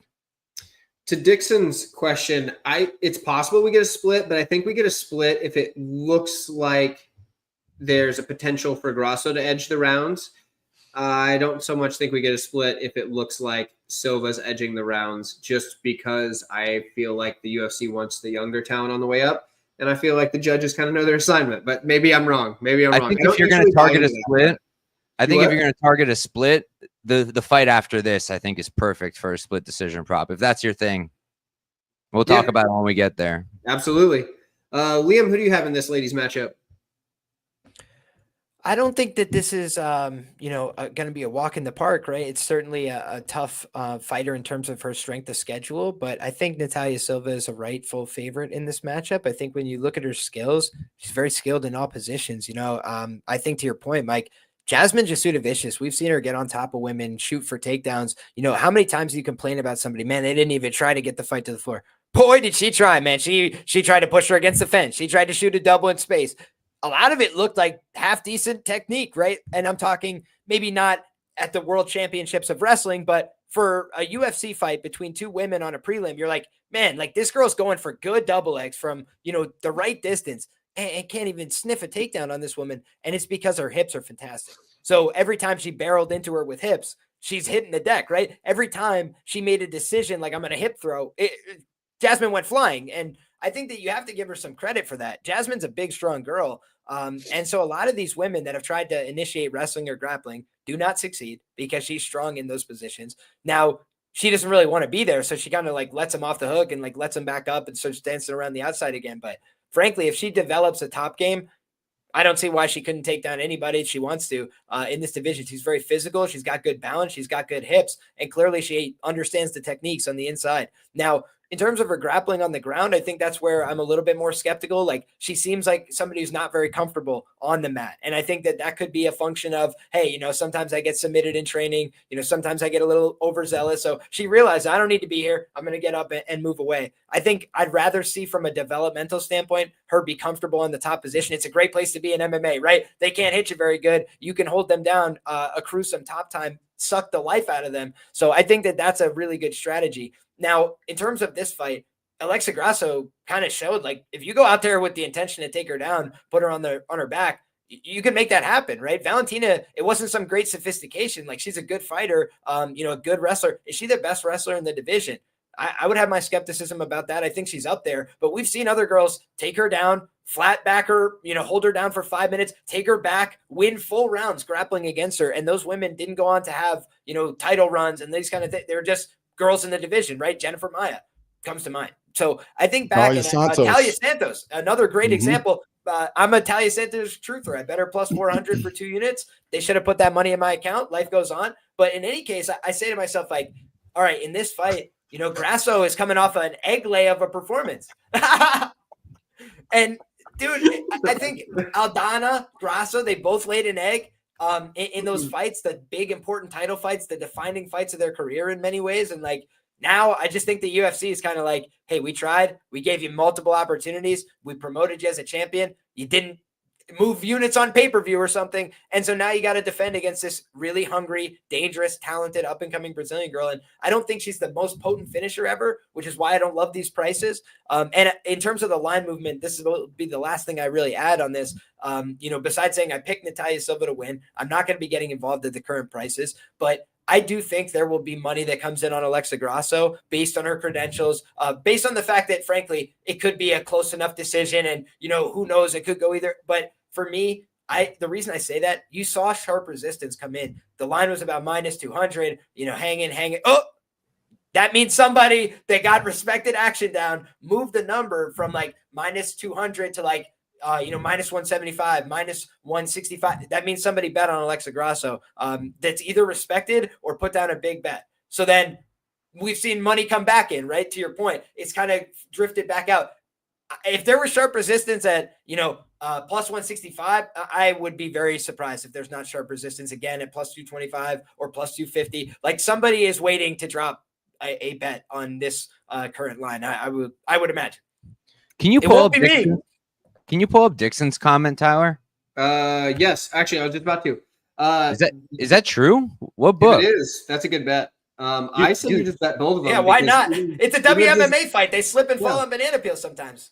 Well, Silva also, can like, even if wrestle. one of them hits, that's a win. Take it. I'd take one. I'd put a unit on Absolutely. each. Dixon, tell me what book so I could do it too. Yeah, Dixon, drop that in there for what book that is. Also, we got to shout out Carlos real quick for dropping some comedy in the chat. That was actually pretty fun. Had me laughing. Yeah. Let's see, and then yeah. Seriously, that is a thing. Oh, it's on DK apparently. So DraftKings, interesting. Oh, I wonder if you'll be able to do that in New York though, because New York's kind of weird about those type of things. Oh, New York is so annoying with that stuff. Frustrating. Yeah. Dude, if In it makes me feel better, I'm in Nebraska. I can't do any betting. I have to drive across the river. So Like whatever. on FanDuel, you know how a lot of people can do. First off, on FanDuel, I can't even bet around, right? Like if I wanted to do, like for example, Jasmine round 2, I can't do that. I can do Jasmine round 2 knockout or Jasmine round 2 sub, but I can't do Jasmine round 2 on FanDuel. Huh. I also don't get access to like the groupings, like Jasmine 2-3. I don't get that either. It's so annoying, man. That sucks. Yeah, it's weird because And they get it in Jersey. You could literally drive across the border and get it in Jersey. So Yeah, dude, that's what I got to do. I got to drive over to Iowa. So I mean, you could drive over to Jersey. Although I imagine for It's you, even if super close to Iowa, bro. Come on. Yeah. I'm like literally on the it takes me less than 15 minutes to get over. To Iowa. Honestly, Jersey's really close to me too. I just have to Oh. drive like through the city. But now we have the congestion tax. We have all these it's like $30 to drive through Manhattan right now. So not really that worth it. I need never to go to New York City. That is for sure. But anyway, we get back on track. Crossover, it's your turn to break this one down. Who you got, Silva or Grasso? Yeah, man. I think this was gonna be a lot of fun. I think we're just gonna see these two ladies just go at it on the feet. Grasso primarily with the boxing. Natalia Silva, we're gonna see a lot of footwork, and just like Couch Warrior said, man, the kicks are gonna be there for Silva, and I think she's gonna take full advantage of them. I think she's going to be the slightly faster fighter. Her output's a little higher if she lands like one more strike per 15 minutes. So, I mean, it's a tough fight because, I mean, Grasso, former champion, has fought the better competition. Silva's on her come up. But give me Natalia Silva in a tight one. Yeah, absolutely. That's going to make 4 for 4. I got Natalia Silva, but like I said, I'm going to try and arb on this one. So I might because I was waiting for this line to drop, right? And I jumped on Silva as soon as I could because I knew that line was going to skyrocket with all the love that she's getting. And it did. So I'm going to arb just because, like, if you can get free money, you should take free money. So that's what we're going to do. I'll probably play it at the plus 210 I'm getting right now. Unfortunately, I can't get her at the plus 225 on whatever Sportsbook 4CX is. Never even heard of it, but apparently they've got her at plus 225. So, but either way, we'll probably arb out there. I'll take Natalia Silva for this one. I think she gets it done. Probably on the scorecards. I'd be surprised if she finishes Grasso. Grasso's tough as nails. We can move on. Liam's going to kick off the next one. We've got Jose Aldo, Ayman Zahabi in a matchup between a couple of old dudes, but a couple of old dudes who still, for the most part, have it. What do you think, Liam? Yeah, man, and you can call me an Ayman Zahabi respecter. This guy gets disrespected, I feel like, by the betting community frequently. He goes out and, Basharat closes like minus 130 against Tony Gravely, and then he's like minus 750 against Ayman Zahabi.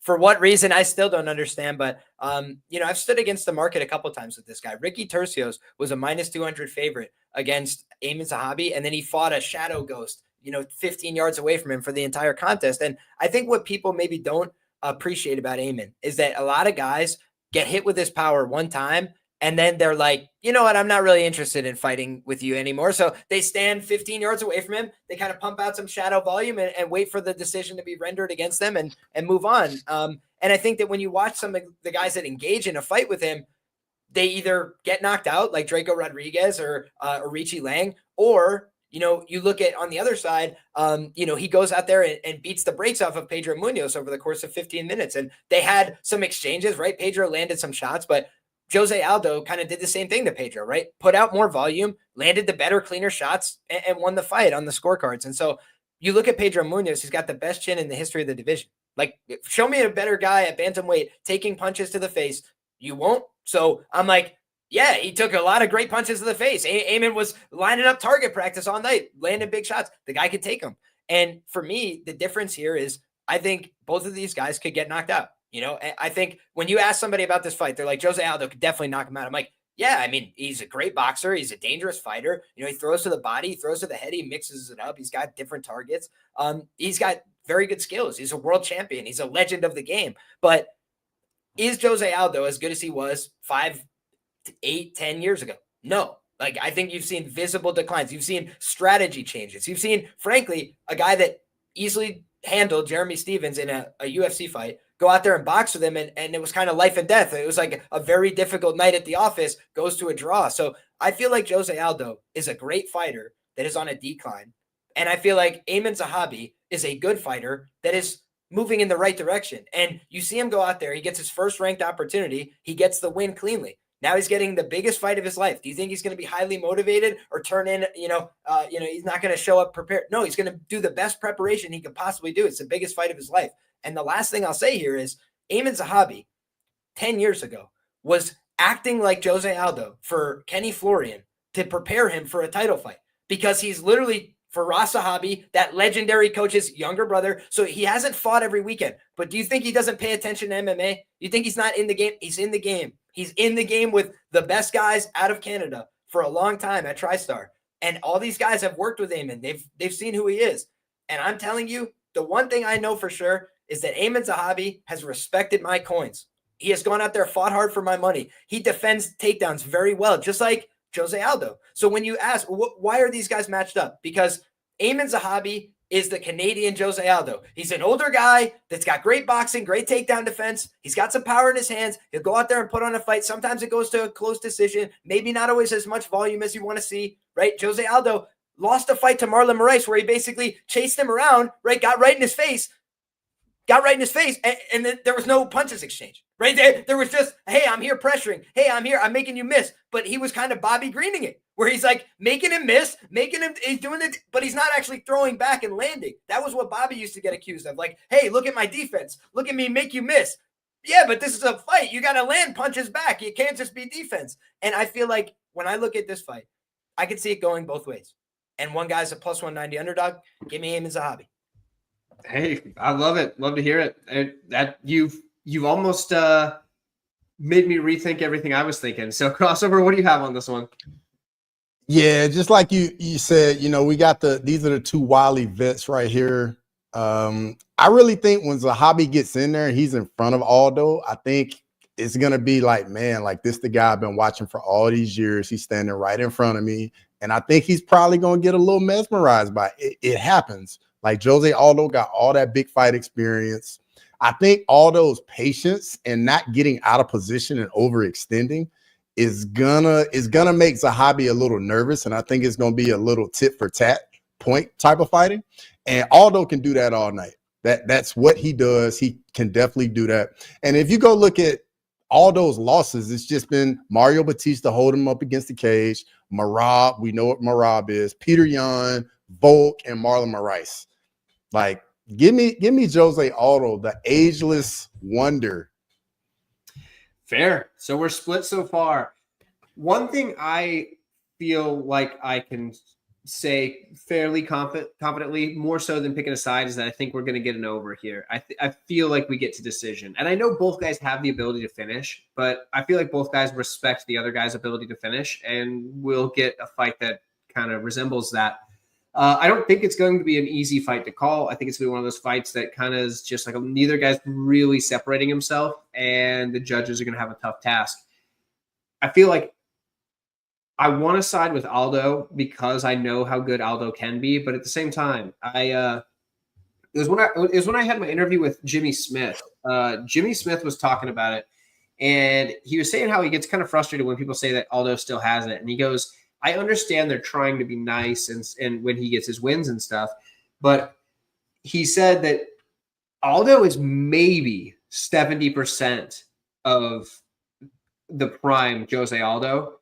And even that might be a stretch, but he was so good in his prime that 70% of Jose Aldo still beats most people at their 100%. If Jose Aldo is 65, 70% in this fight, he should win. If he's dropped off further, I don't know. But prime Jose Aldo is one of the best fighters of all time. And I know people are going to, give me a laundry list of people they think should be ahead of him.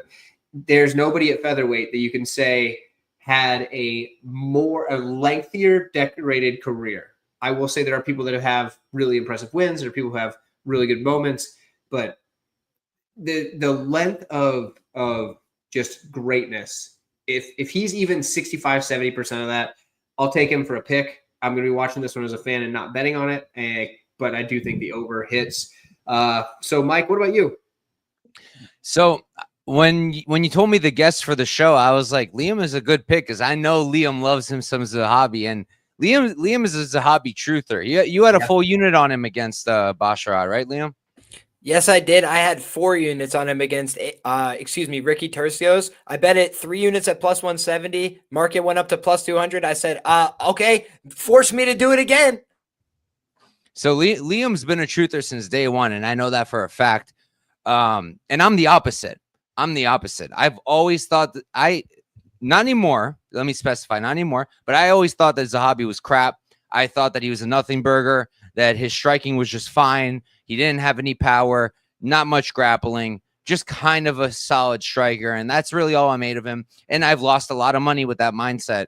And I've come around. I have come around. I think this is a dog or pass spot. I love Aldo. He's a legend. I bet on Aldo against Martinez when everybody was screaming that Martinez is going to leg kick him for some reason, because how on earth is Martinez supposed to leg kick Jose Aldo? I don't know. And then I bet him against Batista. Lost there. I thought we deserved the win, but, I'm a little biased, so it's okay. I get it. And I am in the minority of people who thinks that cage pushing and cage control should be scored. I feel like it's professional fighting. If you can't get your back off of the cage, that's your own personal problem. Like, learn to do it then. Don't be like, oh, let's change the scoring so I could still win. Just learn how to do it, and then you'll win the fight. That's my own personal opinion. But in terms of like Aldo not being able to do that against Batista, I think a lot of people are also forgetting to mention that was at elevation. And I think Aldo just got a little tired. I think he just got a little tired there. I don't really think Zahabi has it in him, in his skill set, to go and control him like that. But I don't really think he needs to, because at the end of the day, right now, where we're at, Aldo, yes, he's still really good, but he isn't as fast. He isn't throwing as much volume. He's not throwing a lot of volume at all, really. It's much lower these days. He's still really defensively sound, but he's not throwing enough. The combinations are still so nice. He goes to the body so well. But Zahabi's also a really good striker. And the thing with Zahabi is his defense is insane. He's really, really defensively sound. And the other thing with Zahabi that not a lot of people talk about, and that I only just noticed, is dude's got power. He's not knocking people out, but he busted Pedro's face up with a jab. With that jab, he like, dude's eye was inflamed and all that good stuff. That was almost purely off the jab. So while I would like Zahabi to throw a little more and, be a little bit more aggressive, the dude does have low-key power. He is a really clean technical striker, and he's really defensively sound. A bet that I do like that, well, I don't know if I like it or not because I don't have the odds on it, but I've been thinking about it all week, is if I could get a hold of it, like an under on significant strikes, if I can get like under 110, I would bet that, because as much as I like both of these guys, I think this is going to be a snoozer because they're both really defensively sound, and I don't think they're going to land a lot. So I think that an under like 110 significant strikes, that's something like a pick 'em. I think that could be nice. I don't know if I'll get it, but if I will, I'll bet it. And I think fight goes to split is also pretty solid here, because at the end of the day, the reason I like Zahabi and I think it's dog or pass and I like him as a bet is that I think this goes the distance. I think it's going to be close. I think it's going to be competitive on the feet. And because of that, and because I think there's not going to be a ton of strikes actually landing, I think a split is very live here, but if you're putting money on this, I think it's Zahabi or pass. And one more thing I wanted to talk about is, everyone's saying like, oh yeah, Aldo's old, but so is Zahabi. Aldo's 39 or 38, but Zahabi's 37. Yes, that's a fact. You can't argue that. But what I can argue is that Aldo has like over 40 pro fights. Yeah. He's been in how many wars? He's been hurt how many times? Got cooked by Conor with one crazy punch. Like, this dude has absorbed so much damage in his career. And, it's a good thing that he's defensively sound. He's able to kind of, keep it together still. But he's been hurt a lot. He's been hit a lot. And in fight years, I know fight years is a little stupid, sounds a little dumb, but I think it's a real thing. I just think that Aldo has taken a lot more damage over the years, and his durability might not be quite as much there. Him as a fighter might not be like at the same level. And whereas Zahabi at 37, yes, he's older. He hasn't had as many fights. And when he has had these fights, he hasn't really absorbed many strikes. I think Pedro is the one who landed the most against him out of all of them, if I'm not mistaken. So he's really, he's 37, but he's not as damaged as Aldo is. So because of all those things, I think it's a clear dog or pass here, and I think the line is pretty generous on Zahabi. And then I'm also not a big believer in hometown, bias or cooking, but it's a data point I'll consider. And he is fighting at home here, Zahabi. And I know everybody are big Aldo fans, and maybe like, I've heard a lot of people say, but people like Aldo, so they're going to cheer for Aldo. Yeah, possibly. But I think Zahabi's going to have a pretty significant fan base there too. So yeah, dog or pass for me. And I think Zahabi's a nice play. Canadian judges also don't seem to like their own so much. I don't know if it's just because they're supposedly so polite up north that they just want to give it to the visitors, and that's just that hospitality or what, but it's a thing. I mean, it was only one guy, right? It was only Sade who got robbed, if you're talking about the same card as I am. City did get robbed, yeah. He got robbed against Tavares, but like but then he got a robbery win against Armfield too. Yep. So I bet Armfield balanced out. Fuckery. Yes. Yes. I think Armfield outlanded him and took him down. Like the only takedowns of the fight, took him down 4 times. It was ridiculous, which it sucked because I was on the wrong side of both of those robberies. Usually you get one back later. I did not. I was on the wrong side of both of them. So I do want to address this here. I don't think Zahabi is taking down Aldo. I think plus 700 is not enough to make me touch that. So, that's, I wouldn't go to it. But if he does, consider yourself sharp. Any of you guys good with implied probability? What's plus 700? I am off the top of my head. I have to do the math, man. I can pull it up in 2 seconds. Is that like 13% is my guess? 12.5. 12.5. So, I mean, like Aldo's takedown defense is elite, but like to kind of go off of what he was saying, it was Dixon, right? Yeah, and also they don't count a takedown, especially nowadays, unless you secure that sucker. Yeah, but my point is, I truly would be surprised by a takedown here. Yeah, I'd be surprised. Yeah, but and I mean, Aldo's got really good takedown defense as well. Elite. These guys both have elite takedown defense, in my humble opinion. Yeah. Even if watch back that Basharat fight, bro, he tried so hard to take him down, and Amin was like, not even going to let you touch my legs, bro. Like, yeah. Yeah, I don't think either of these guys are scoring takedowns. We're getting a distance striking fight probably for 15 minutes, is my opinion. Yep. So I'm not going to lie. I don't hate that plus 700. You're wild. I don't hate it. I really, I rate Aldo's takedown defense. I know, but it's fights he's expecting it in, right? Like, I don't think it matters. Dude, takedown honestly, it's just like the best I've ever seen. Like if you go back and look, I think Merab has taken down every UFC opponent he's ever fought except Aldo. Yeah, dude, Aldo's takedown defense. I think he attempted 16. He attempted 16. Couldn't get a single one. Like I feel like they could make a game show out of this. Is like you can win $1 million. You have 10 attempts, take down Jose Aldo. Nobody gets that $1 million. Mike, Mr. don't Beast do needs it. to bring him on for the Beast games. You know what I mean? They're teasing you. They're teasing you. Don't do it. Dude, it's a fail. You're gonna look really bad when this like small dude just shuts. You think I care about how I look, bro? Have you been following me? I don't know. It's fair, dude. I'm with it. So you got to be able to make a fool of yourself sometimes. If I'm betting Zahabi minus 700 for a takedown, then I'll care. Then you can roast me. That's Plus right. 700 shot. I mean, who's it gonna hurt? Yeah. Okay. All right, we can move on though. We've got the co-main event of the evening, the women's flyweight championship. Valentina Shevchenko fights and defends her championship against Manon Fiorot. I believe crossover is starting this one. Who do you have? Yeah, man, this is a really good matchup. I know in the presser we had earlier today, like when I saw the face-off, Manoa is so much bigger than Valentina, but Valentina's got a 2-inch reach advantage. So I mean, the size and then on top of it, if anybody uses their grappling, I think it'll be Valentina. I think the striking is gonna be kind of even. For me, Grasso was really the only striker in the division that's given Shevchenko any type of problems on the feet, and that was just with the boxing. And Manoa is more so of a kickboxer, so I don't really see her doing the same type of work that Grasso did against Valentina. So I think this is going to be tit for tat. You land one, I land one, and then every blue moon, I think Valentina is going to shoot for a takedown at some opportune timing, all that big fight experience. Manoa's only been in 1 5-round fight as well. Give me Valentina Shevchenko to get it done. I love it. I'm on Chevy for sure here. The reason why, I'm going to keep it simple here. I think on the feet, both ladies can have some success. They're both very accomplished strikers. I get that. One thing that Valentina does extremely well is catch kicks. And and people are like, oh, Manon's so hard to take down because she's so big and strong and all this stuff.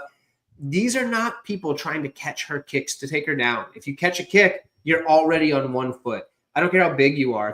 If you've already put yourself to balance on just one leg, it's much harder to defend a takedown. It's not impossible. It's much harder. Valentina's very good at it. And she can either go for the trip from there or she'll go straight into the body lock. And she's going to try both and go with whatever one seems to suit her needs in that matchup. I do think she's going to get the takedowns when she needs them. I think this is going to be a hard-fought fight. I think Valentina probably wins 3-2. I feel like Manon probably keeps it close. Absolutely. Valentina is just so good at winning minutes, so good at winning rounds, and I've got to take her here. Mike, what about you, brother?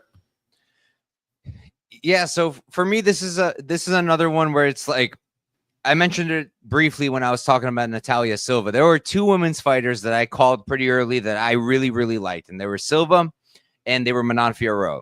I thought that Manon is going to be the real deal. I thought that her striking was just elite, physicality, strength, size, all that stuff. And I don't remember for sure, but I would guess that I've probably said that she could beat Valentina in the past. But when it came time to actually look at it and tape it, and then after I looked into it, this is Valentina or pass for me. And there's a couple reasons, right? Like, first off, I'll talk about the age thing, right? So everybody's pointing out Valentina being older. Manon is about the same age. Now, you could say, but Mike, you just made a counter argument for that in the Aldo Zahabi fight. The difference I'll make there is that while Aldo's taken all that damage, Valentina has been an extremely dominant champion. Outside of her Nunes fights, she has not absorbed a lot of damage at all. So, yes, she's at this age. Yes, she has a lot of fights. But I don't think that she's far off in terms of damage taken from Manon. Personally, that's where I'm at. Then from there, right? So a big thing this week that I've been hearing at least is that, and I consume a lot of content, right? I drive to work. I got an 1.5-hour drive each way. So I listen to a lot of stuff. And I like to hear what people think. And I've been hearing a lot of stuff about, like Manon can't be taken down. Her takedown defense is really good. Blanchfield wasn't able to do it. And yeah, I get it. And I agree that in general, her takedown defense is good. But 2 things. First off, we've never seen her really off her back at all. Very briefly. So we don't really know what she's going to look like when she's grounded and placed on her back. And second of all, who are the 2 main fighters that she's fought in the UFC who present a credible grappling threat? Really, it's just Blanchfield. And Blanchfield, A, isn't a great wrestler. And B, which I think is more significant, Blanchfield doesn't have any hands. I talk about this all the time. You could be the best wrestler in the world. If you don't have the hands to set it up, your opponents know what to expect. They know they can keep their hands low because you don't got no power and no striking, and they can defend your takedowns, and they don't have to worry about it. The difference here is that Shevchenko does have striking, and she does have power. And if you make that mistake of lowering your hands and just working and expecting the takedowns, she's going to go upstairs. She's going to start striking with you and landing hard. So to do what she did in the Blanchfield fight, I don't think it's going to be the same thing. And the only other closest like fighter I can bring up is Rose. When she fought Rose shot 6 times, didn't get any. But A, Rose was up a weight class, and I believe that was the first time since she was champion. And B, I believe she had an injury. And C, she just looked horrible. And I think as one of the biggest Rose fans that I know, and she used to be one of my favorite fighters, like top 3, not women's. Rose used to be top 3 favorite fighters for me. Started to lose me after the Esparza fight. I think the second that she left Trevor Whitman and just had Pat Barry coach her, I think her entire career fell apart. And that was right when that happened. I believe that was that was the first fight where it was just Pat Barry in her corner. So all that just to say that I don't think that we know that Manon can stuff the takedowns. I think that her takedown's pretty good. Like, she's doing the right things for the most part, yes. But I think that Shevchenko's wrestling combined with the striking, she will be able to get the takedowns. And I do think she's going to be able to control her. And I do think she's going to be able to land ground and pound. And then all of that aside, on the feet, while I do favor Manon on the feet, if this was just a kickboxing match, yes, you should be a significant favorite. I think I do think that Shevchenko will still keep it on the close on the feet, especially with the threat of the takedown. But even without it, I think she would keep it close on the feet because Shevchenko is a good striker. She's an elite striker, in my opinion, and she has a lot of power. So as much as I love Manon, and I've always been high on Manon, I think this is still Shevchenko or pass, dog or pass as an underdog. I feel like if you're going to make a play, you have to play her. And like, talk about the 5-round experience. Manon has won 5-round fight against Blanchfield. Again, you can see all my points I made earlier. How many 5-rounders has Shevchenko had? And hard ones at that. We know she can go a hard 5. We're positive of that. We can't be positive of that with Manon. What I really like here, I like the Shevchenko decision prop. Let's make that my free bet of the week. I'll put it out there. It's plus, I think I got plus 210 on DraftKings. I think it's plus 220 on FanDuel. I like it a lot. I don't personally think she's going to finish Manon. There's the possibility that Manon's ground game is really horrible when she's on her back, and then Shevchenko does finish her. That would suck. And I'm kind of waiting out the line. I'll probably play the money line too. We'll see.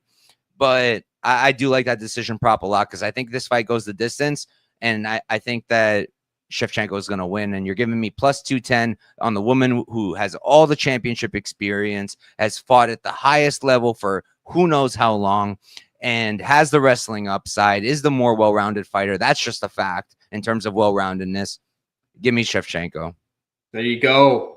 There we go. I got to shout out Moyes, even though I almost didn't want to because I don't like your comment. It hurts my heart when you're slandering my girl Chevy. Shevchenko's time is over, Mike. Freedom fries.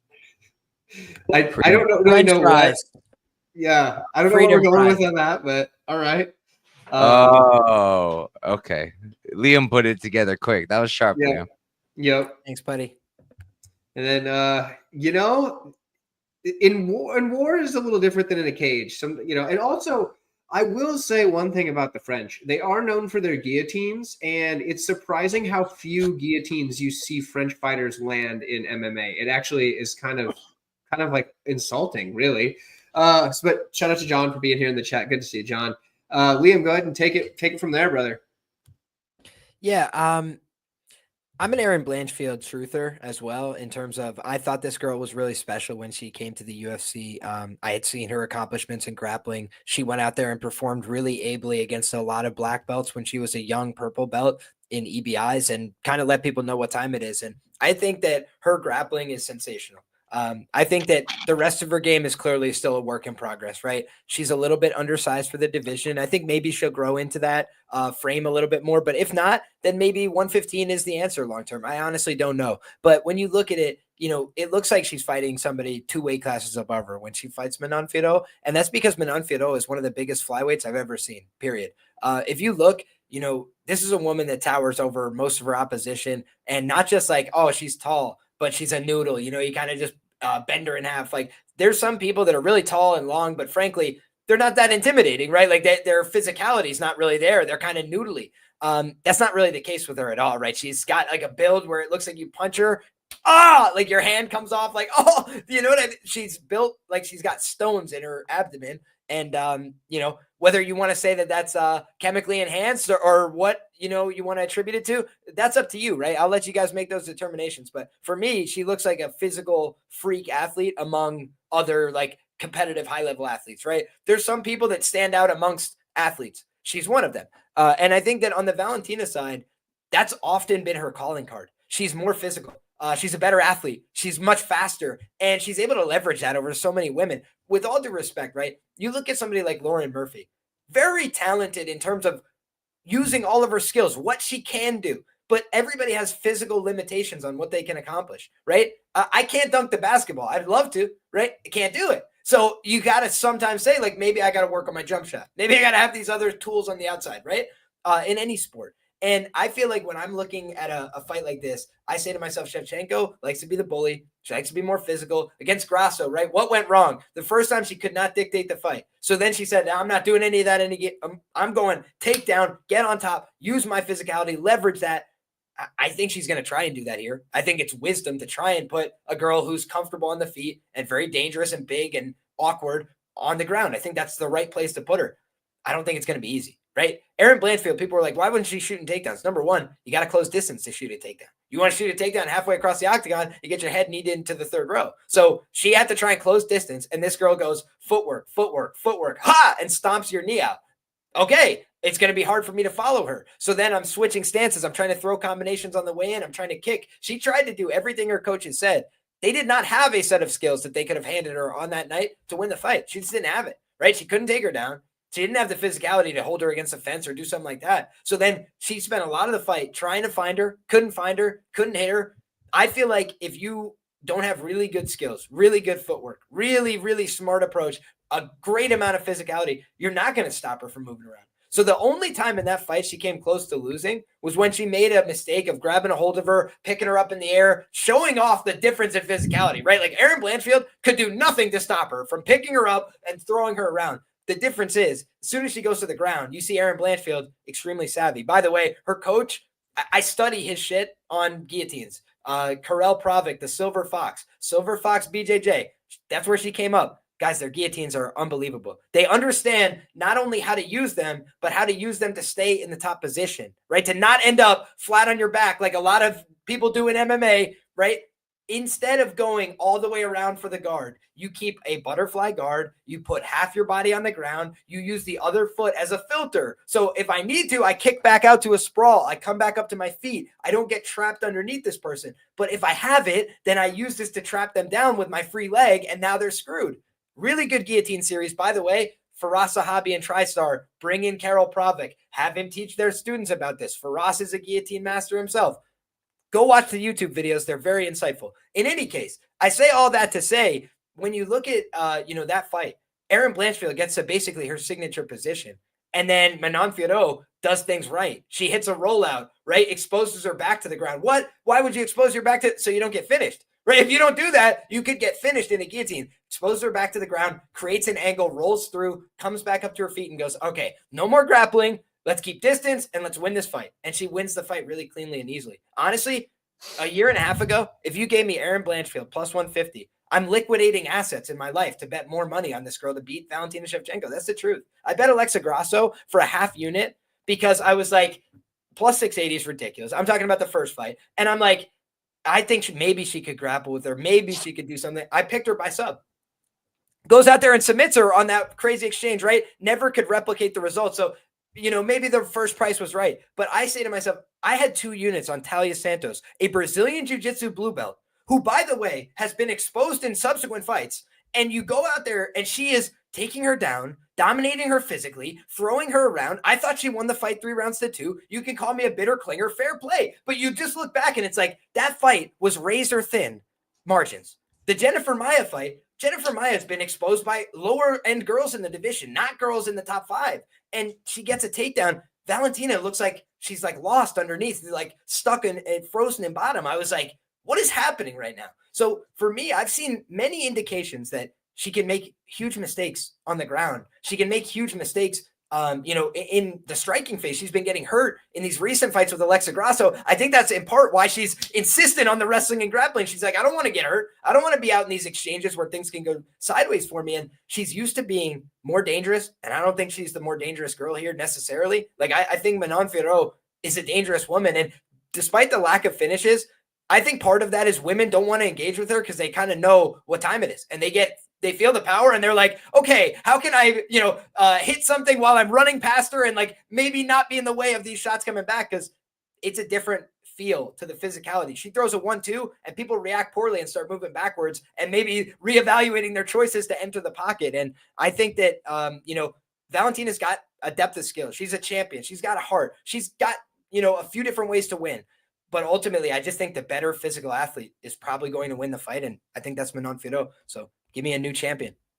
Well, that was a convincing argument because we were 3-1, and now all of a sudden I'm feeling a little less confident in Chevy. But I'm still gonna ride with my girl. But I definitely feel like there were some solid points in there that do make me hesitant. Do we think Fiorot can land 90+ significant strikes? You might as well bet aside at that point, because I feel like if Shevchenko wins, I expect her to wrestle, and then no. Yeah, and then if Barriault wins, then yeah, probably. Yeah, you're just getting a little too cute, is all. I think you might as well, like Couch said, pick a side at that point. Also, I don't know that I've shouted out Effie yet. So, Effie, good to see you, brother. As always, I love Effie. Great guy. I always say this, but if it wasn't for Effie, I never would have been able to get married, because he drove me to get my marriage license when my wife and I landed in Vegas. So that's so funny to me, bro. That was a hilarious story. Yeah, I hit him up. I was like, "Yo, we should go grab dinner when we land in Vegas." And then I was like, "Also, can you drive us to pick up our marriage license?" So Effie's the man, like for real. Like the dude's awesome. So anyway, shout out to a couple more people here. We got Thomas in the chat. Good to see you, brother. Look at that. The best predictors on one chat. You dang right. The best in the world, right? We're all here. So kicking butt. We are coming into the main event, though. So if you haven't caught all this, don't worry. You can definitely catch the replay on that. And yeah, she did. She I don't know if you guys have like been to Vegas, but she picked this it was like this Korean it was like Korean Tex-Mex mix, which is a wild combo. It was called Best Friend. It was a super good restaurant. I think I got like the short rib. It was super good. So if you're in Vegas, that's a fire combo. That sounds like a fire combo. Yeah, dude, it was awesome. It was so good. So, but Effie's so funny, bro. Dude, Effie's the man, dude. Seriously, like he's great. Yo, if you guys are Tyler, I'm doing your job for you here. Usually you do this. If you guys aren't already subscribed to Any Action Sportscast, make sure you guys are doing that.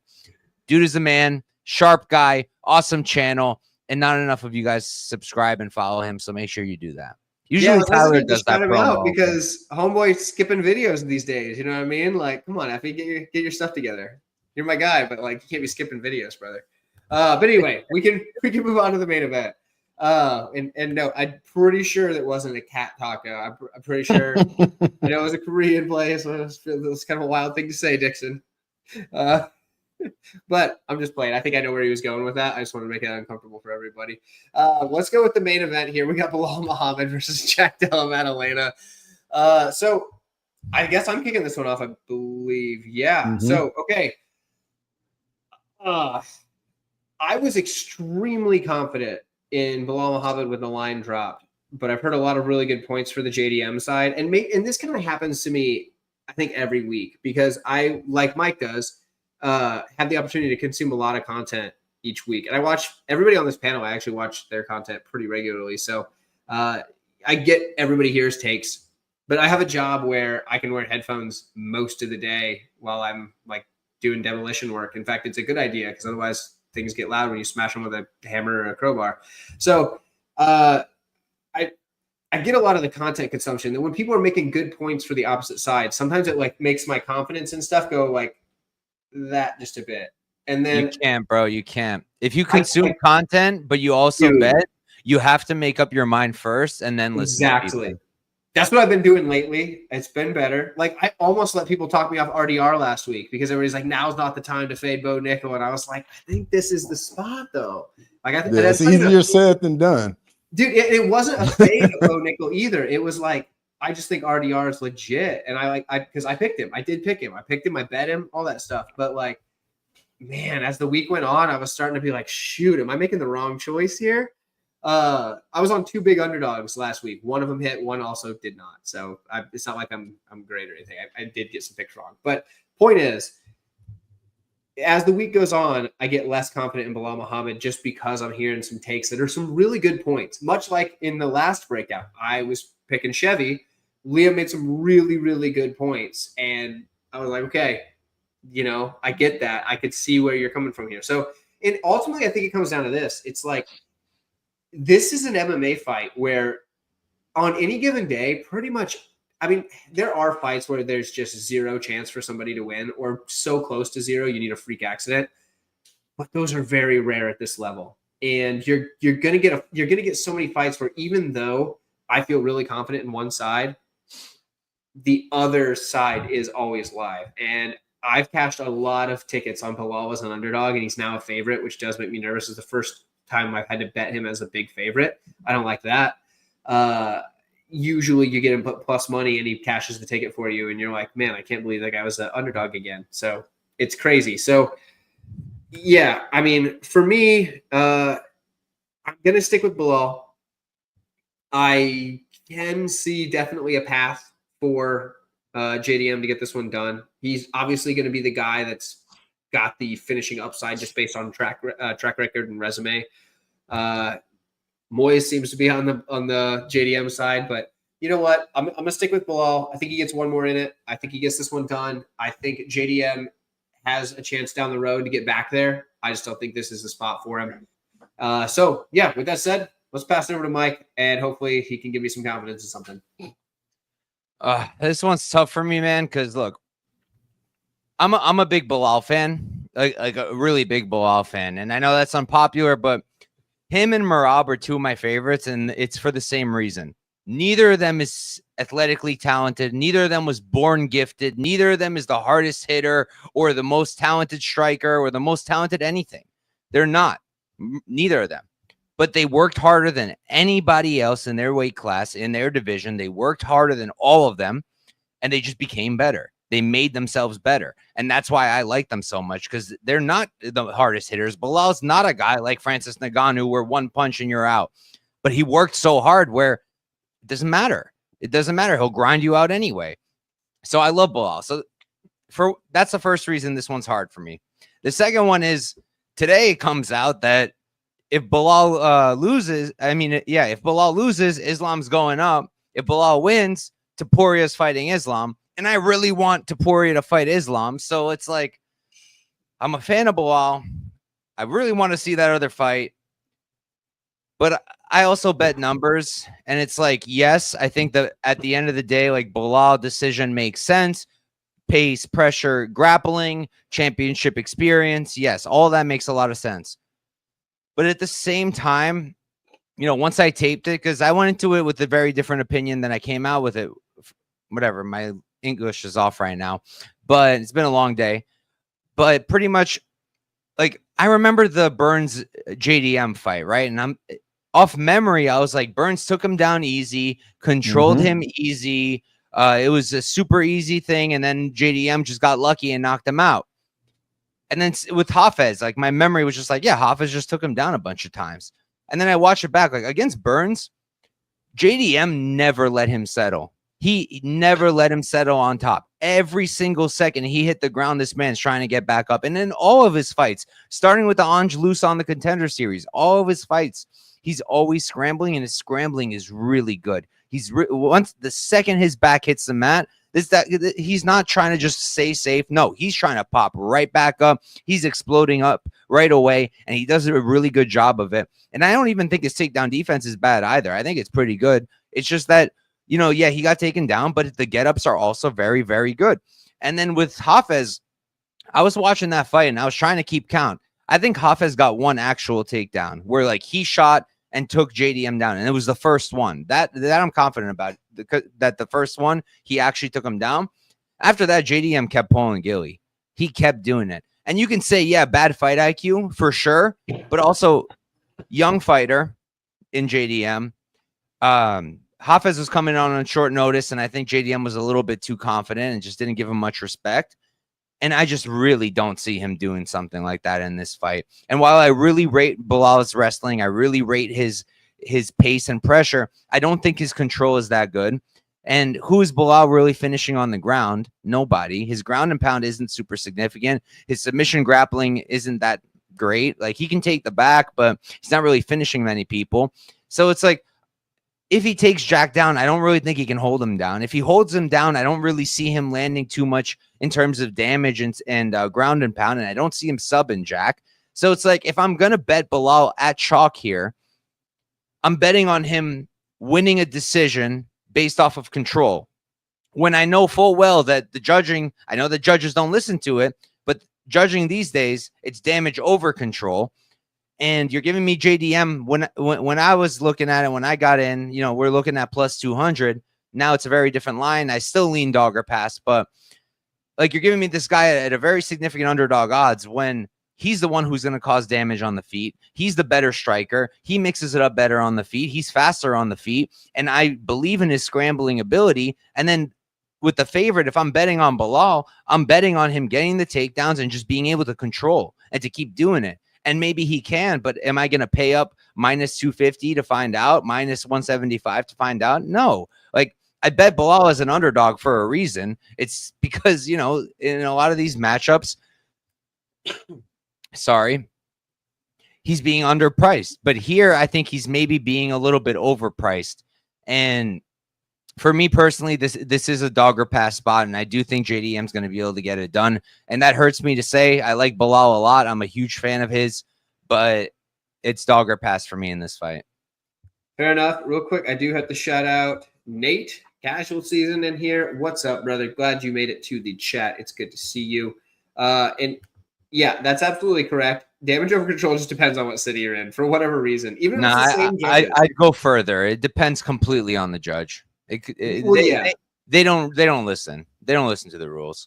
Yeah, it's arbitrary as far as how that goes. The judges just seem to willy-nilly make it up. But Liam, what do you think on this main event? So far, we're split.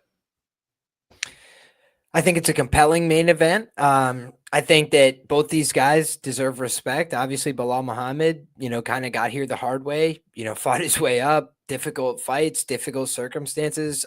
You know, I remember I was pretty confident he was going to beat Gilbert Burns. And then the week of the fight, there was pictures of his ankle that just looked disgusting, dude. It was like purple and, you know, it was 50 shades of colors that it shouldn't be the week of the fight. And so I was like, man, you know, he should win, but I'm a little bit skeptical now. And if you guys remember, Gilbert really early in that fight shoots a takedown and like blows his own shoulder out. So there's basically two guys hobbling at each other for 5 rounds, but Bilal clearly won it, you know, asserted himself there. And, you know, when you have one guy who can't walk around so great, but can still punch, and one guy who can't move his shoulder, doesn't make for the greatest entertainment value, but he earned his title shot that way. And I think that when you look back at that fight, you know, maybe if he doesn't blow out his shoulder, it's more competitive, right? Like maybe Gilbert can offer something more, but you see that Bilal has excellent takedown defense. And at the end of the day, that's like, you know, a good calling card to have in this division where there's a lot of wrestlers, a lot of guys that try and use that as their calling card, their way of succeeding. You look at that Leon fight,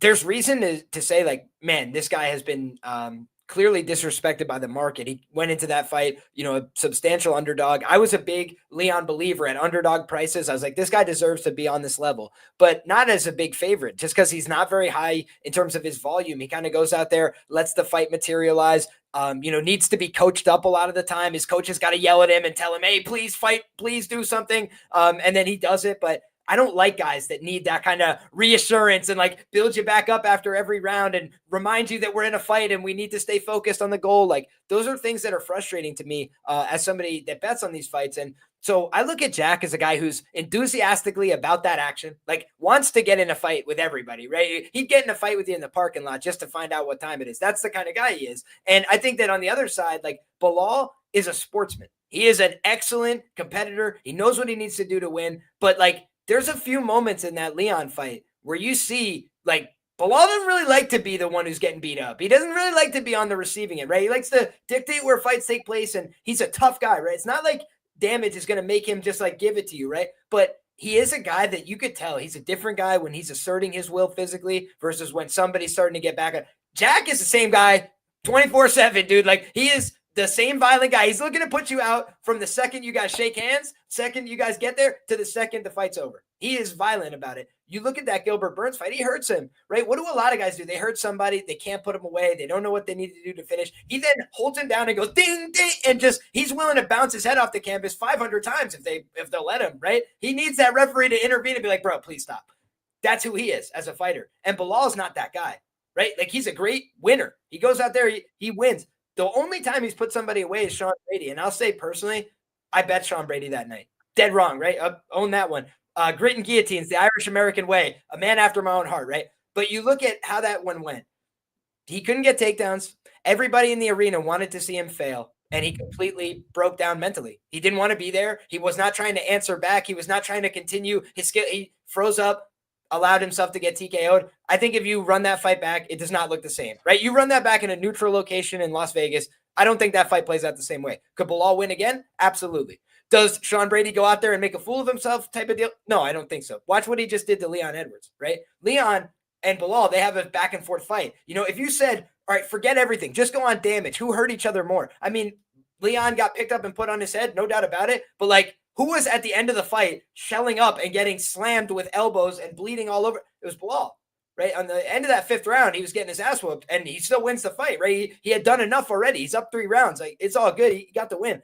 But that was a pretty alarming visual at the end. Meanwhile, I look at this guy, Jack, and like, I feel like he is ready to go out there and try and kill you for 5 rounds, looking for a finish for 5 rounds. And he's not a guy that I don't think can win on the scorecards, right? Like, if Leon can go out there and keep it honest on the scorecards, I think that maybe JDM could keep it honest on the scorecard. So for me, I think the guy with a little bit more finishing upside is JDM. And I think that the guy, who I want to back in terms of their ability to end this fight instantly and violently is JDM. So I took the plus 200. It's not the biggest bet that I've ever placed, but I just saw that number and I was like, I don't think this will stick around for long. It seemed to me like a good price, and I think the market's reflected that. Yeah, that's I mean, plus 200 is a darn good line on him, so I can't fault you there. I do want to talk about this real quick. So kind of circling back to what Mike was saying is how JDM was jumping guillotine. It's the oldest trick in the book in the jiu-jitsu competition. If you jump for the guillotine, it doesn't count as a takedown. So you don't lose the point, or you don't give the other person the points. So it's going to be the same thing here. If Bilal's going for a takedown and all of a sudden JDM jumps for a guillotine, is it a takedown or was that an attempted guillotine? Does it get credited in the stats? That's what would make me worried about this. I could see JDM saying, screw it, I might as well go for this guillotine. I'm going to get taken down anyway. And then even though he's not going to get the guillotine, whatever, you know what I mean? Like that. So it's a thought to play, because if you jump for a submission, it doesn't count for points in most tournaments, from my understanding, for competitions. But shout out to Jay Beers. Didn't get to shout you out yet. Good to see you, brother. Glad you made it. And we have crossover wrapping up our predictions for the main card. Are we going to be split 50-50 or is it 3-1 here, brother? Who do you have?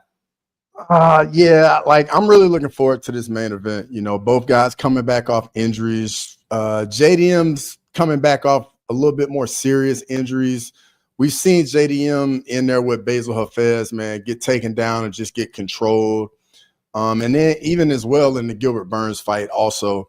And neither one of those guys are wrestlers. You know, Gilbert Burns, the BJJ guy, was able to wrestle him, hold him down. And then JDM gets the finish in the 3rd round. Bilal Muhammad, you know, the guy he's just put his head down, gotten to work, fought everybody they put in front of him, got the job done. So, I mean, I feel like if Bilal even has to deal with some adversity, I think he won't go anywhere.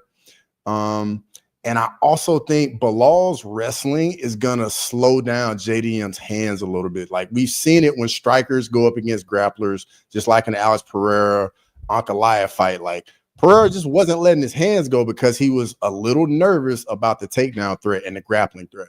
And we see it over and over. Can JDM catch him? Absolutely. Definitely has a puncher's chance for sure. I think JDM's going to have to march forward, and he typically does that in fights, but he hasn't been in there with a wrestler yet. Like, we haven't seen that. And I think that hole in his game of just getting taken down and controlled is still there.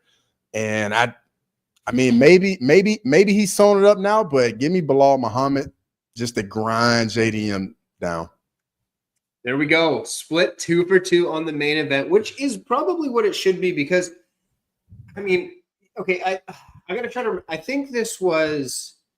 If you guys are familiar with the Kunith MMA, actually says often, and I'm sure he heard it from someone else as well, and that's how this time of stuff goes. When you're betting on the main event, you're betting on betting against either the best or the second best guy on the card in most cases. He's on to something there, and I would say that both of these two are the top of the top level as far as the men on the card. Obviously, the co-main event, the women are the top of the card as well. So. But as far as the men on this card go, I would say Bilal Muhammad and JDM are the two best fighters on this card. So you are betting against either the best or the second best fighter on the card, and that is a scary thing to do. So I do get that, and that is a reason I often pass on main events. This one I may not have. So we'll see how this goes. We're gonna hope and pray for the best. But it's gonna be fun. It's gonna be a fun card. Honestly, all I need is Jasmine to win. If Jasmine wins, everything's good. We're set.